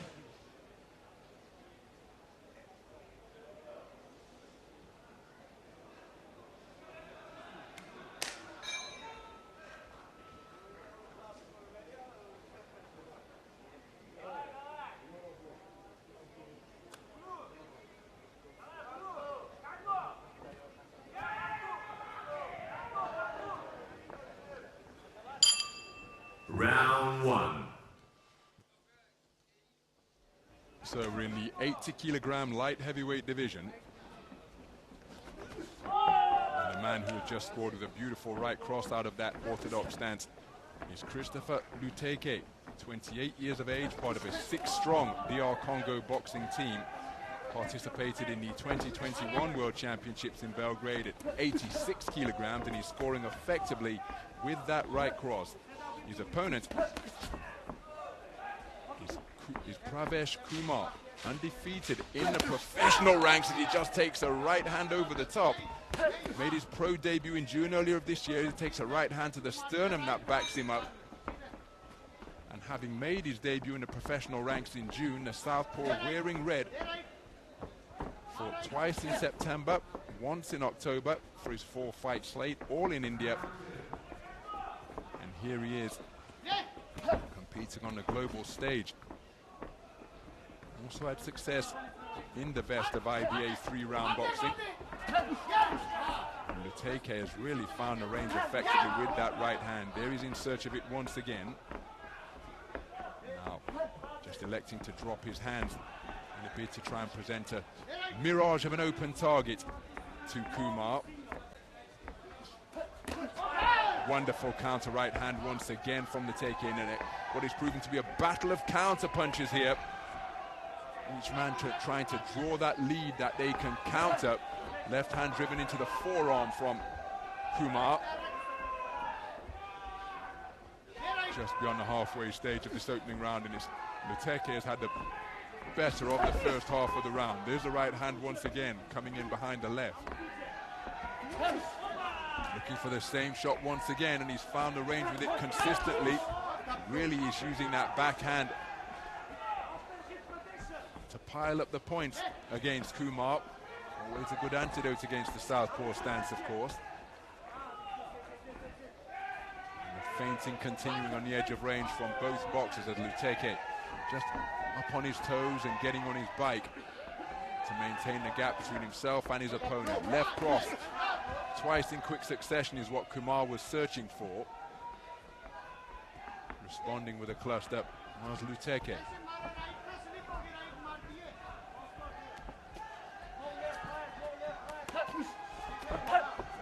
Both men inaccurate with their attempted backhands. Closing seconds of this opening round.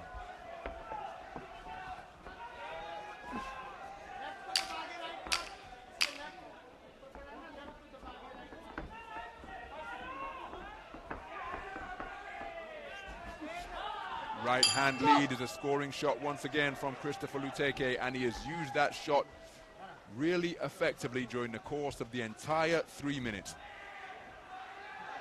Remember, we've got 5 judges using the 10-point must system, but right from the opening bell, the right hand continually found a home to score points for Christopher Luteke. As evidenced during this replay sequence here. Plenty for the VT operators to choose from in terms of the right hand successes enjoyed by Luteke.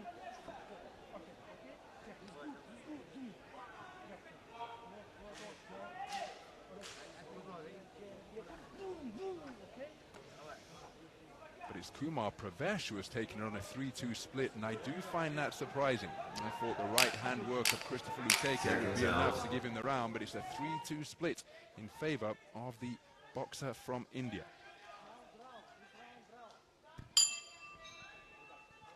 Round 2.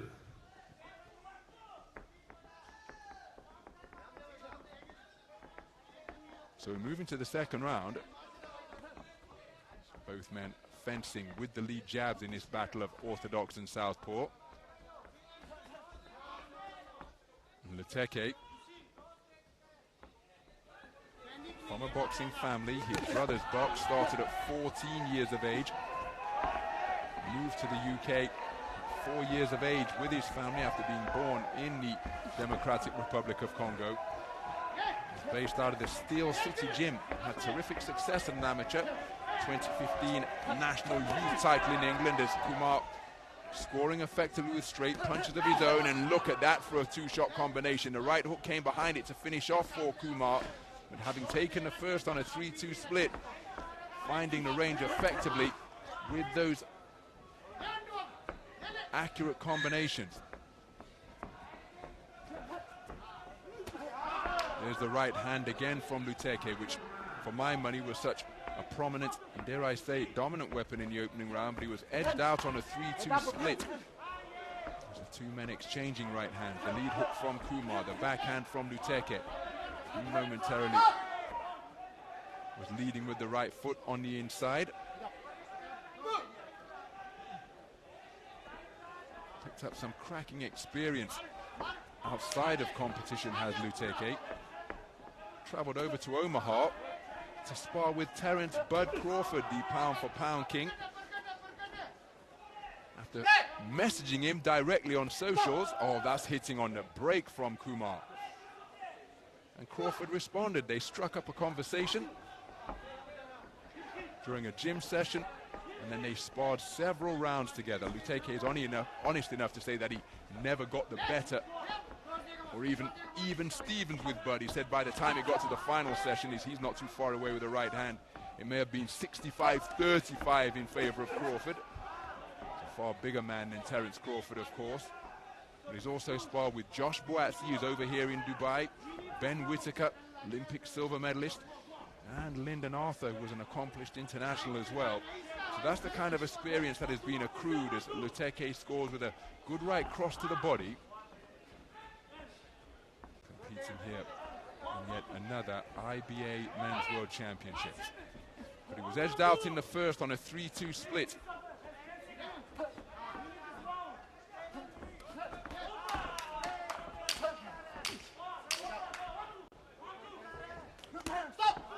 Left hand to the body, not too far away from Kumar.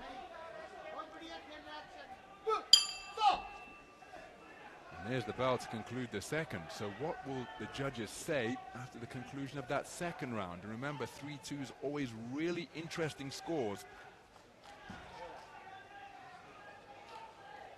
because it means that the boxer who is on the receiving end of 2 isn't necessarily out of it in terms of the amount of judges he has to convince to get back to parity.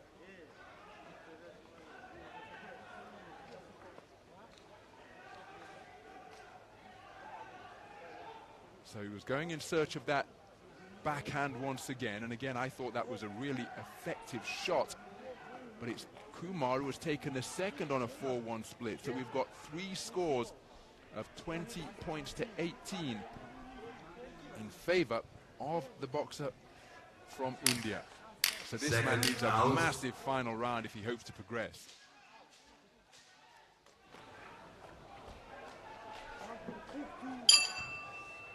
Round 3.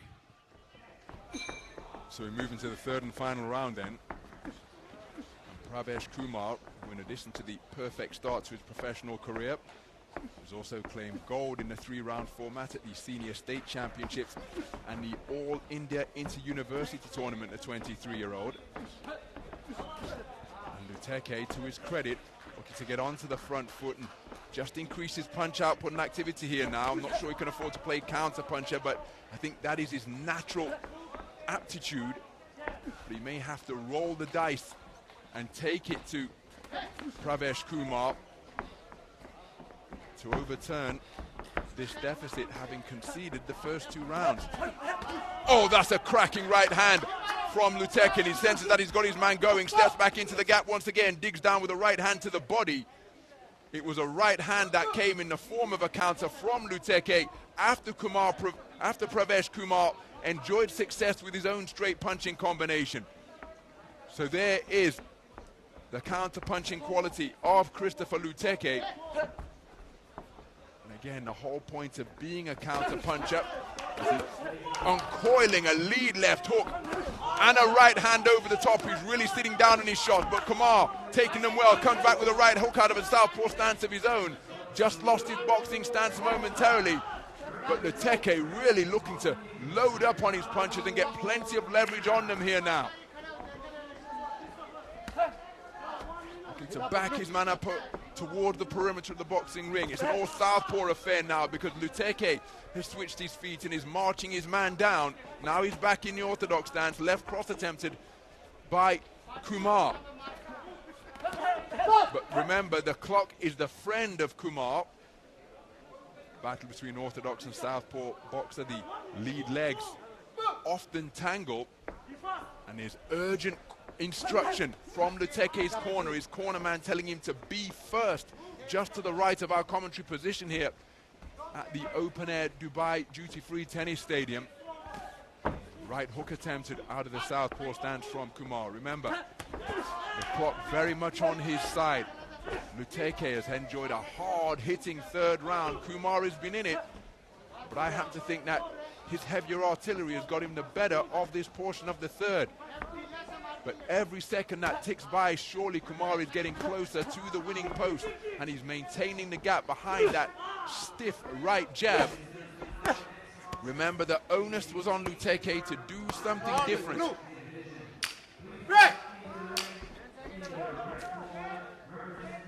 Closing seconds of this round. Oh, that's a cracking left hand out of a crouch from Luteke. Hard-hitting final 3 minutes produced by the man from DR Congo. But remember, the scorecards were not in his favor after 6 completed minutes of boxing.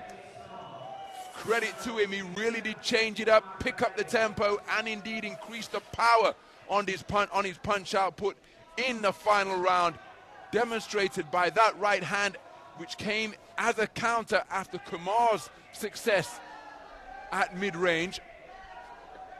Showing real adaptability there, Luteke. But is it a case of too little, too late? I happen to think he did enough to take the first round, but that is irrelevant. The judges scored the first round 3-2 for Kumar. And that can be so instructive in determining the tenor of a contest. So no doubt the boxers replaying the contest in their minds here now. I can tell you that the public address announcer is not yet in receipt of the scores. And when they take this long, it can often mean we've got a split or we're going to bout review. Remember, if it's a 3-2 verdict, we will go to bout review, and the 2 external observers, their scores are considered. Let's listen in. And the winner of this bout, after the bout review, is the boxer in the red corner, Kumar Pravesh, IBN India. So Kumar Pravesh taking it 5-2 after bout review. So that means he won it on a 3-2 split. And the final 2 verdicts of the external observers considered, but a really hard-fought affair.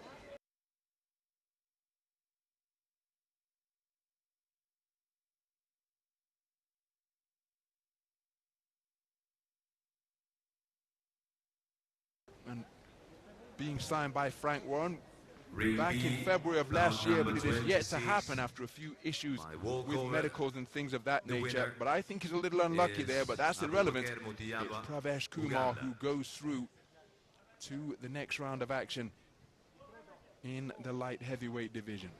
Good display from the undefeated professional, and he will progress to face off against Hovhannisyan of Armenia in the next preliminary round.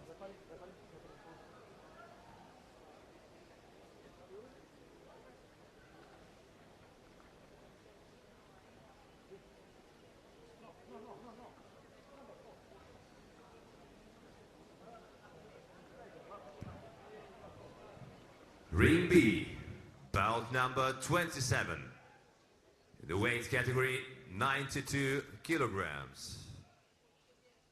Referee Ishanguli Meretnyazov, Turkmenistan. Please welcome into the red corner, the boxer representing Brazil, Paiva Khalil Luan.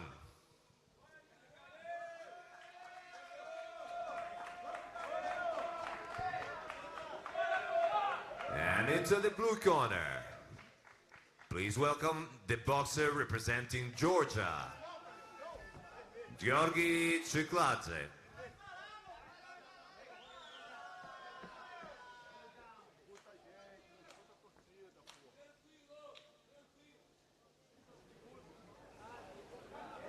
So there is Judges. Brazil, Judge 1, Uzbekistan. 26-year-old Judge 2, from Brazil. Bosnia-Herzegovina.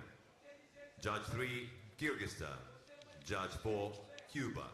Judge 5, They're China. the 5 scoring judges using the 10-point must system seated all around the boxing ring here at the Dubai duty-free tennis stadium.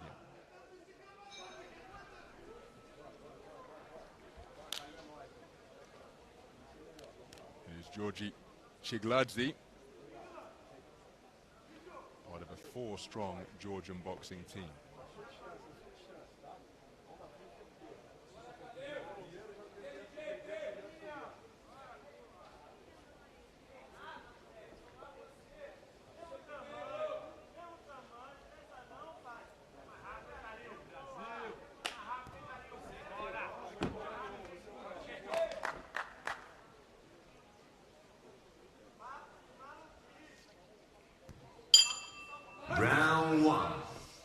So we are in the 92 kilogram heavyweight division, and this a contest between two undefeated professionals. The southpaw wearing red is Paiva Khalil, Brazil. So we'll just stick to the convention that is on there. He's got a winning start to his professional career, having competed once punching for pay in July 2023, winning on a unanimous points decision. Shared the ring with Brazilian three-round ace Wanderlei Pereira, part of a seven-strong boxing team. The orthodox boxer has just taken a good left hand to the body is Georgi Chigladze. He undefeated in the professional ranks, 4 fights, 4 wins after making his debut in February of last year. His last fight at the back end of last month in the Georgian capital, Tbilisi. He was ringside in St. Petersburg at the 2016 World Youth Championships commentating, and he came away with a silver medal, losing the final to Justice Huni. And he's competed in the last 2 editions of the senior IBA Men's World Boxing Championships. But here, Brazil using that right hand effectively while spinning off the line, snaking it out, but then look at the hard-hitting straight shot success for Chigladze on the inside. Now walking his way forward, and his intentions audible with every exertion, Chigladze, but keeping the movement going and scoring with a good counter left hand and then a scoring right jab off the back foot is Brazil. Paiva Khalil Juan Brazil, to give him his full moniker. Spinning out of the corner with terrific effectiveness, and then whipping in a left hand to the body once again. Here's the same bolo shot once more from Brazil. Right jab. And then a hard right cross driven into the body in response from Chigladze. So, man, with completely different approaches here. The front foot pressure that Chigladze is looking to apply against the slick back foot punch picking from Brazil. Heads coming together at close range, but Chigladze keeping the attack going with bent arm successes on the inside. Chigladze loading up, but he was easily evaded that one. So many tells as those muscular shoulders rippled as he pushed that back foot into the canvas and before pulling the trigger. And again, just providing another contrast because it's the musculature and the intent behind the punches from Chigladze, while the man in red, he's just flowing as freely as mercury up in the boxing ring, principally on the back foot. He did take the long route around the ring on a repeated basis, so he'll have expended a lot of energy, but a very good opening round of boxing produced by Brazil. You hear some of his compatriots shouting out Khalil because that is one of his names. In the professional ranks, he goes by Paiva Khalil. But here, where the name that the boxers will be announced by is often taken from the passport, and he is being registered as Paiva Brazil.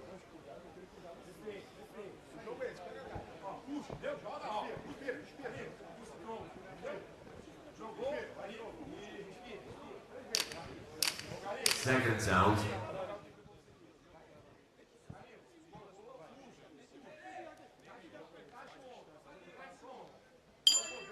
Well, I happen to think that this man did enough to take the opening round. Not able to bring you the live scores. Round 2 of the first on that occasion.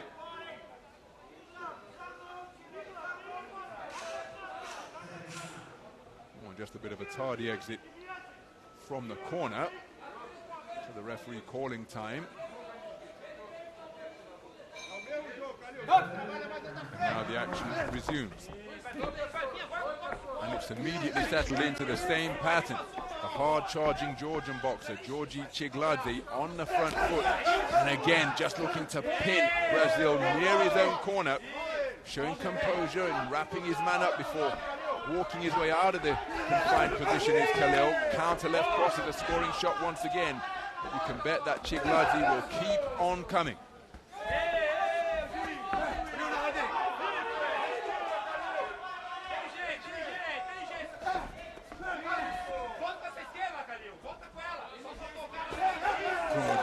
hand to the body and then a right cross upstairs from Chigladze. But the referee intimating that the initial scoring shot was low from Chigladze. Two-shot combination, body and head from Brazil. He's up on his toes, using every inch of the boxing ring once again. Biting down and visibly winning that gum shield.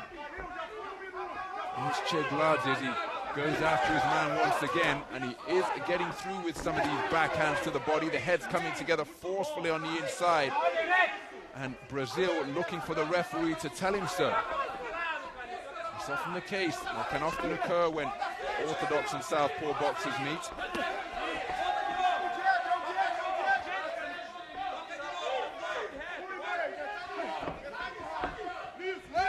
So keeping the movement going, just gliding out of harm's way is Brazil, scoring left cross once again, but as his back touch the ropes, he finds Chigladze right on his chest, and he's moored over to the canvas. So he's going to have to stand strong here, Brazil, and shows that he's not going to be out-muscled in the physical stakes. And that is exactly where Chigladze wants to be. Up close and making it rough and tough on the inside. Looking for that same bolo backhand to the body is Brazil. Right hand not too far away from Chigladze. Oh, that's a low blow from Brazil. No complaints from Chigladze. He's snarling that gum shield as he bites down once again. Now Brazil is being spoken to repeatedly here for holding. If he continues in that vein, he may well find himself on the wrong end of a point deduction from his point of view. So making his man miss is Brazil, and look at Chigladze waving his man in, saying stand and fight. But Brazil using what is in his armory, and that is fleet-footed movement and fantastic reflex. But he has to be careful that he doesn't give the impression that it's this man making the contest and that he is trying to nick it. Some of the action from the second round.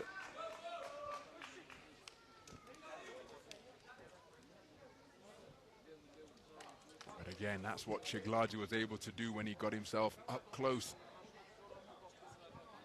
on the chest of Brazil.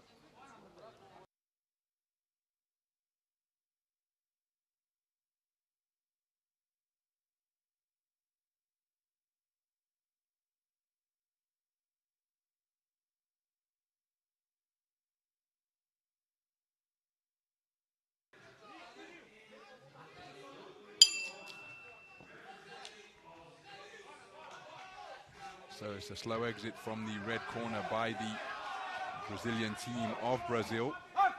Round 3. To the third and final round, and right on the start of the round, the left-hand bolo shot from Brazil slung in once again, but Chigladze in pursuit of his man, and Brazil just trying to unsettle him with a little bit of showboating, looking out over the top rope into the night sky here at the Dubai Duty-Free Tennis Center. No roof, remember, but absolutely perfect conditions for boxing.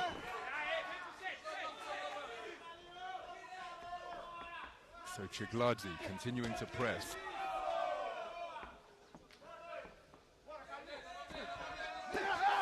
Bolo backhand to the body once again.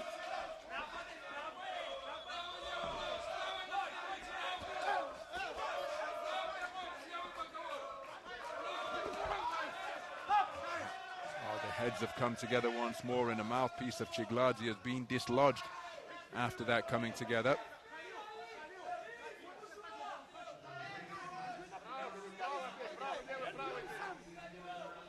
So approaching a minute gone in this third and final round.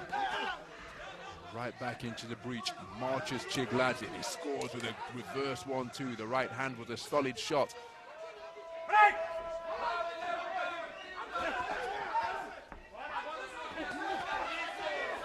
Continuing to spin off the line wonderfully is Pereira, whipping in a left hand to the body,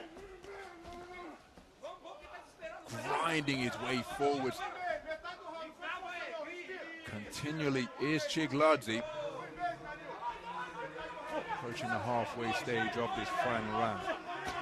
There's a solid left hook landed, but it's with the inside of the glove to render it, and well, it won't be a scoring shot. For it to be a scoring shot, it must be landed with sufficient force and the knuckle part of the glove. Flashing left hook landed once again from Chigladze after he took a left uppercut from Brazil.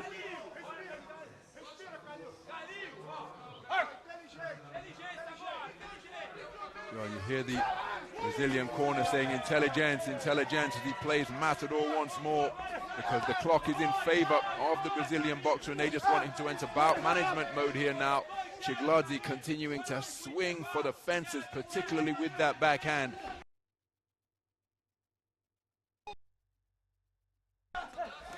Oh, there's from Chigladze, who kept the attack going after Brazil made him miss. Slapping shots on the inside from Chigladze once again. Keeping his cool under fire is Brazil.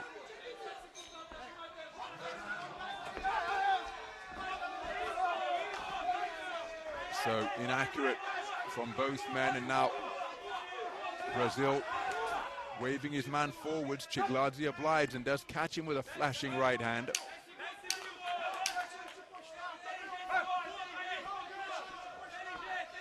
So closing seconds of the contest. And it's Brazil who is surely going through to the next round in the 92 kilogram division. Chigladze thinks that he's done enough. This in the top half of the draw at the 92 kilogram heavyweight division. And again, such contrasting styles, making for a really intriguing contest, because it was always Chigladze seeking to be the aggressor. Brazil, the exact opposite, looking to draw his man in and counter. That shot was a really effective one for him, the backhand to the body. What say the 5 scoring judges after 3 hard-fought rounds of boxing between fighters with entirely different approaches to the sweet science? I have to think the man in red has done enough, but what say the scoring judges?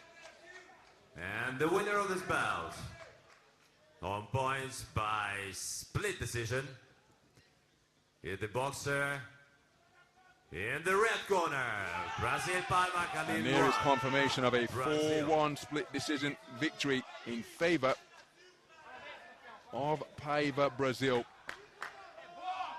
Incredibly tight contest, 5 scores of 29-28 returned, but his back foot slipping, sliding, sticking and moving, just getting the edge over the hard charging Georgi Chigladze of Georgia.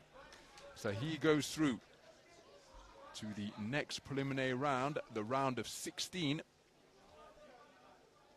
And there he will face off against Habibulayev of Uzbekistan.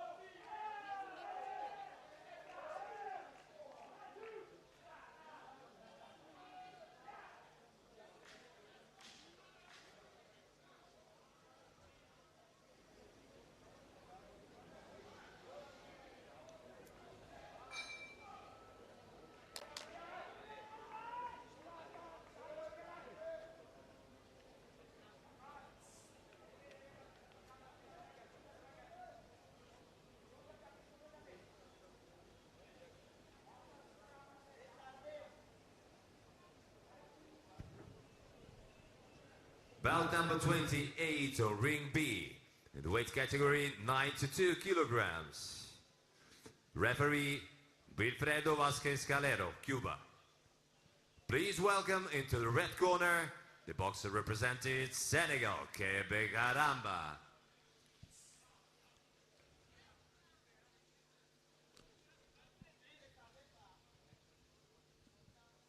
In the blue corner, please welcome the boxer representing Cameroon, Chupatioda Andre Lucien. Judges, Judge 1, Saudi So our Arabia. scoring judges hail from the Judge Kingdom of 2, Saudi Arabia, Moldova. Moldova, Zimbabwe, Judge 3, Serbia, Zimbabwe. and Croatia. Judge For bout 4, number Serbia. 14 Judge here 5, in Croatia. Ring B, about 28 overall. Because we have had 4 walkovers in this ring where one boxer or the other hasn't been able to make it to the ring. And there is 31-year-old Kebi Karamba from Senegal.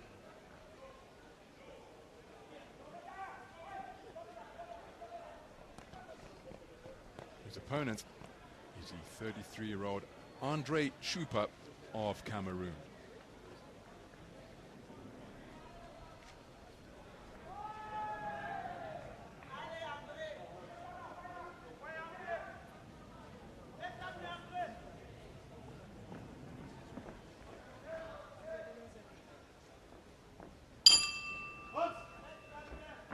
Round 1. So our final bout of this first session of boxing here in Ring B takes place in the 92 kilogram heavyweight division. It's in the round of 32. It's an all West African affair between the French-speaking nations of Senegal and Cameroon. The southpaw operating out of a low-held stance is Karamba Kebe, 31 years of age, part of a 2-man Senegalese boxing team. His opponent, wearing blue, part of a 4-man Senegal Cameroonian boxing team, and that is Andre Chupa. 33 years of age is the man in blue. Oh, that's a solid left hook landed by Chupa. My goodness. Then right hands dug down to the body. Hard hitting opening minute of this heavyweight contest. And look at the work to the body and the left hook to the head. Chupa really digging his feet into the canvas and getting terrific leverage on his shot. Winging right hand to the body once again. Karamba Kebe looking to maintain his composure as he reciprocates with an attack downstairs. Southpaw right jab is a scoring shot.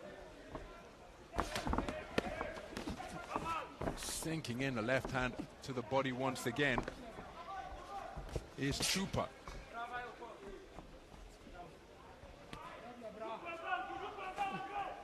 But incredibly experienced operator in 3-round IBA boxing is Karamba Kebe. To pin his man to the ropes, and his feet just appear to be stuck in wet cement momentarily there, did Chupa. Good right hand to the body once again from Chupa, who really is getting a lot of power onto his punches in the opening 2 minutes of this bout, of this round.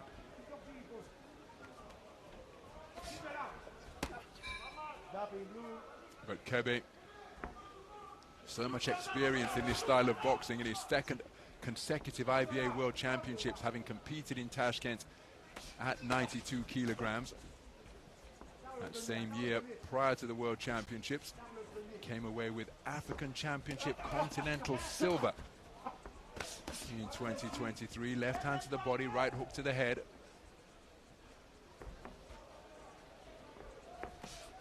Scores with a wonderful left cross to the jaw before bringing it back down to the body. So again, that speaks to the man's experience, Karamba Kebe, because he didn't panic, he wasn't flustered when his chin was checked by a cracking left hook upstairs in the early stages of this contest. There's a right hand which just threatened to stray into rabbit punch territory from Kebe, not intentional. First round in the book, and I think that's going to be really interesting to see how Andre Chupa deals with that, because I'm not sure he could have hit his man any more sweetly than he did with a left hook during the early portion of this first round. And not only did Karamba weather it without blinking, he came back and was putting his punches together very effectively indeed in the second half of the round. There's the left hook right there. And not a single scintilla of a response from Kebe other than to remain concentrated on his task. And if you are a puncher, that can sometimes be a little bit dispiriting. So, hold on, I'm not quite sure I've got much more to give than that shot I landed just there. That's where Chupa's feet just got a little bit stuck, seemingly. And Chupa has taken it on a 3-round split. Seconds out. Judges 1 and 3 preferring the work of Kebe, and it was that type of opening round.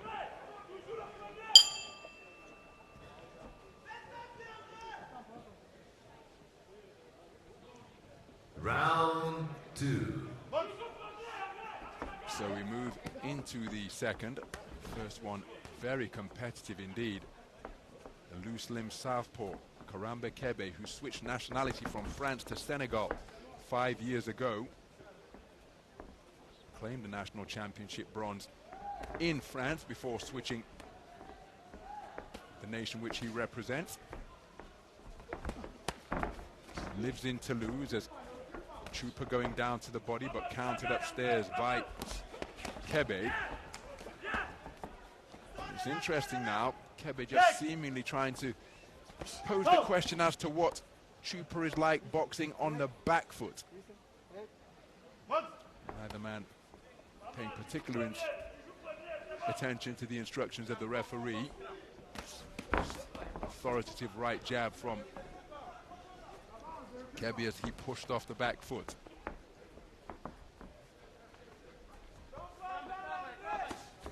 Reaching for the left cross, Kebe keeping the attack going to make it a 2-phase attack.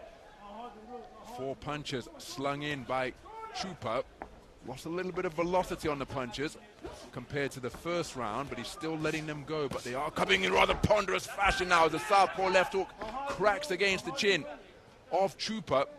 He was keen to claim his man and just fashion a clinch to gain some respite. And that's why the referee from Cuba is on that in a flash. Pressing leather with that combination of punches is Chupa, but then straight back with altogether slicker combinations is Kebe.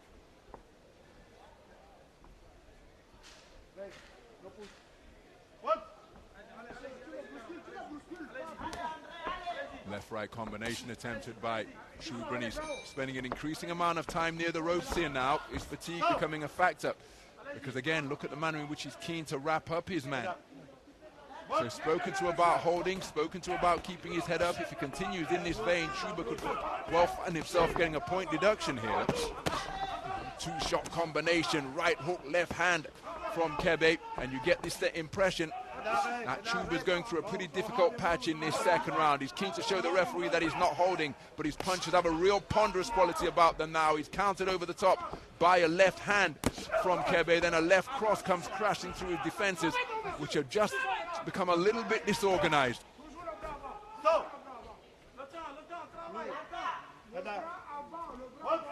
So closing seconds of the second round, a stiff left cross followed by a long right hook from Kebe, and Kebe, for my money, has really turned up the pressure in this second round, lands with another scoring left cross, and that's a strong conclusion to the round by the man from Senegal over in that red corner.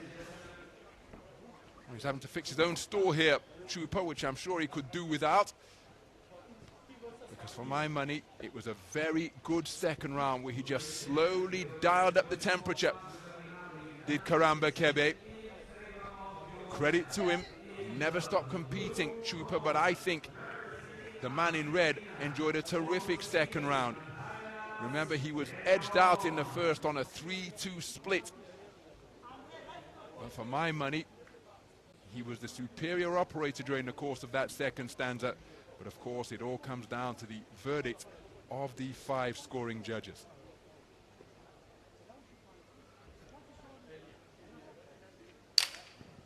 Seconds out.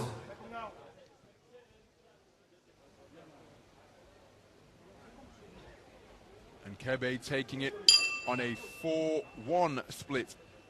I think we've had a bit of finger trouble from one of the scoring judges there, because judge number 3 returned a 0 tally. So as we move into the final round, the momentum is with Karamba Kebe, the 2023 African Championship silver medalist, who enjoyed a fantastic second round. Now credit to him, Andre Chupa, aware of that and has come out blazing to begin the third, but he takes another left cross once again. He was touched up to the extent that his punches just became a little slower during the course of round number 2. But he's found some energy during the course of that 60-second interval. There's a beautiful left hook to the body. And he then again, then followed up with a right hand to the body from Kebe.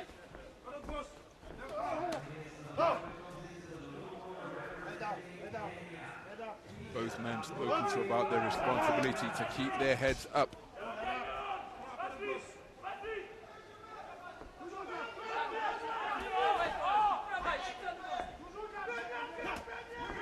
Right hand not too far away from Chupa.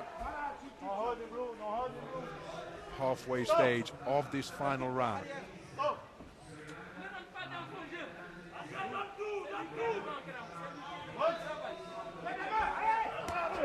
Good work to the body on the resumption from Chupa. May have been blocked by the elbows of Kebe. Kebe driving his man back once again, and a left hook slams home from Kebe, but it's with the inside of the glove. But make no mistake. Oh, and there's a cracking right cross, which was left cross, which was scored correctly, and then a follow-up attack just sends Chupa tottering backwards towards the ropes, and he's trying to show the referee that he's not the one doing the holding. And then on the resumption, Chupa just slow to get himself back into the fray. Now he fires back, but not after he was served the combination from Kebe. And again, Kebe just turning up the temperature against his opponent from Cameroon. Inaccurate with the right cross was Chupa. Left cross is a really accurate punch once again from Kebe. Operating with his hands down by his kneecaps here now, and Chupa finds himself in a confined position once again, trying to bomb his way out of the corner. Takes a hard right hand and another right hook out of the southpaw stance on a chin that is completely open and unprotected. So closing seconds of the final round. Chupa dodging and darting in front of his man. Excuse me, it was Kebe dodging and darting in front of his man. Chupa's balance just betraying him at the belt. Now I happen to think that the man in red has done enough to take this, but it's going to come down to the verdict of the 5 scoring judges.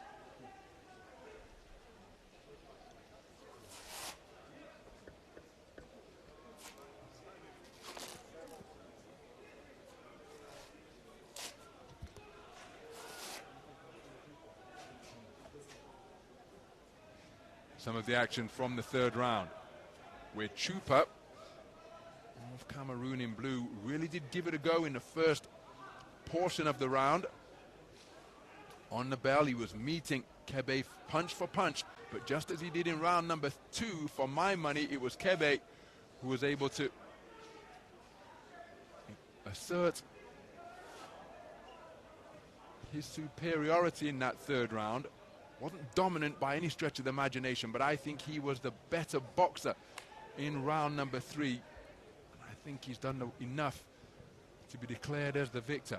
But what say the judges? The winner of this bout, on points by unanimous decision, is the boxer in the red corner, Karamba Kebe, representing Senegal.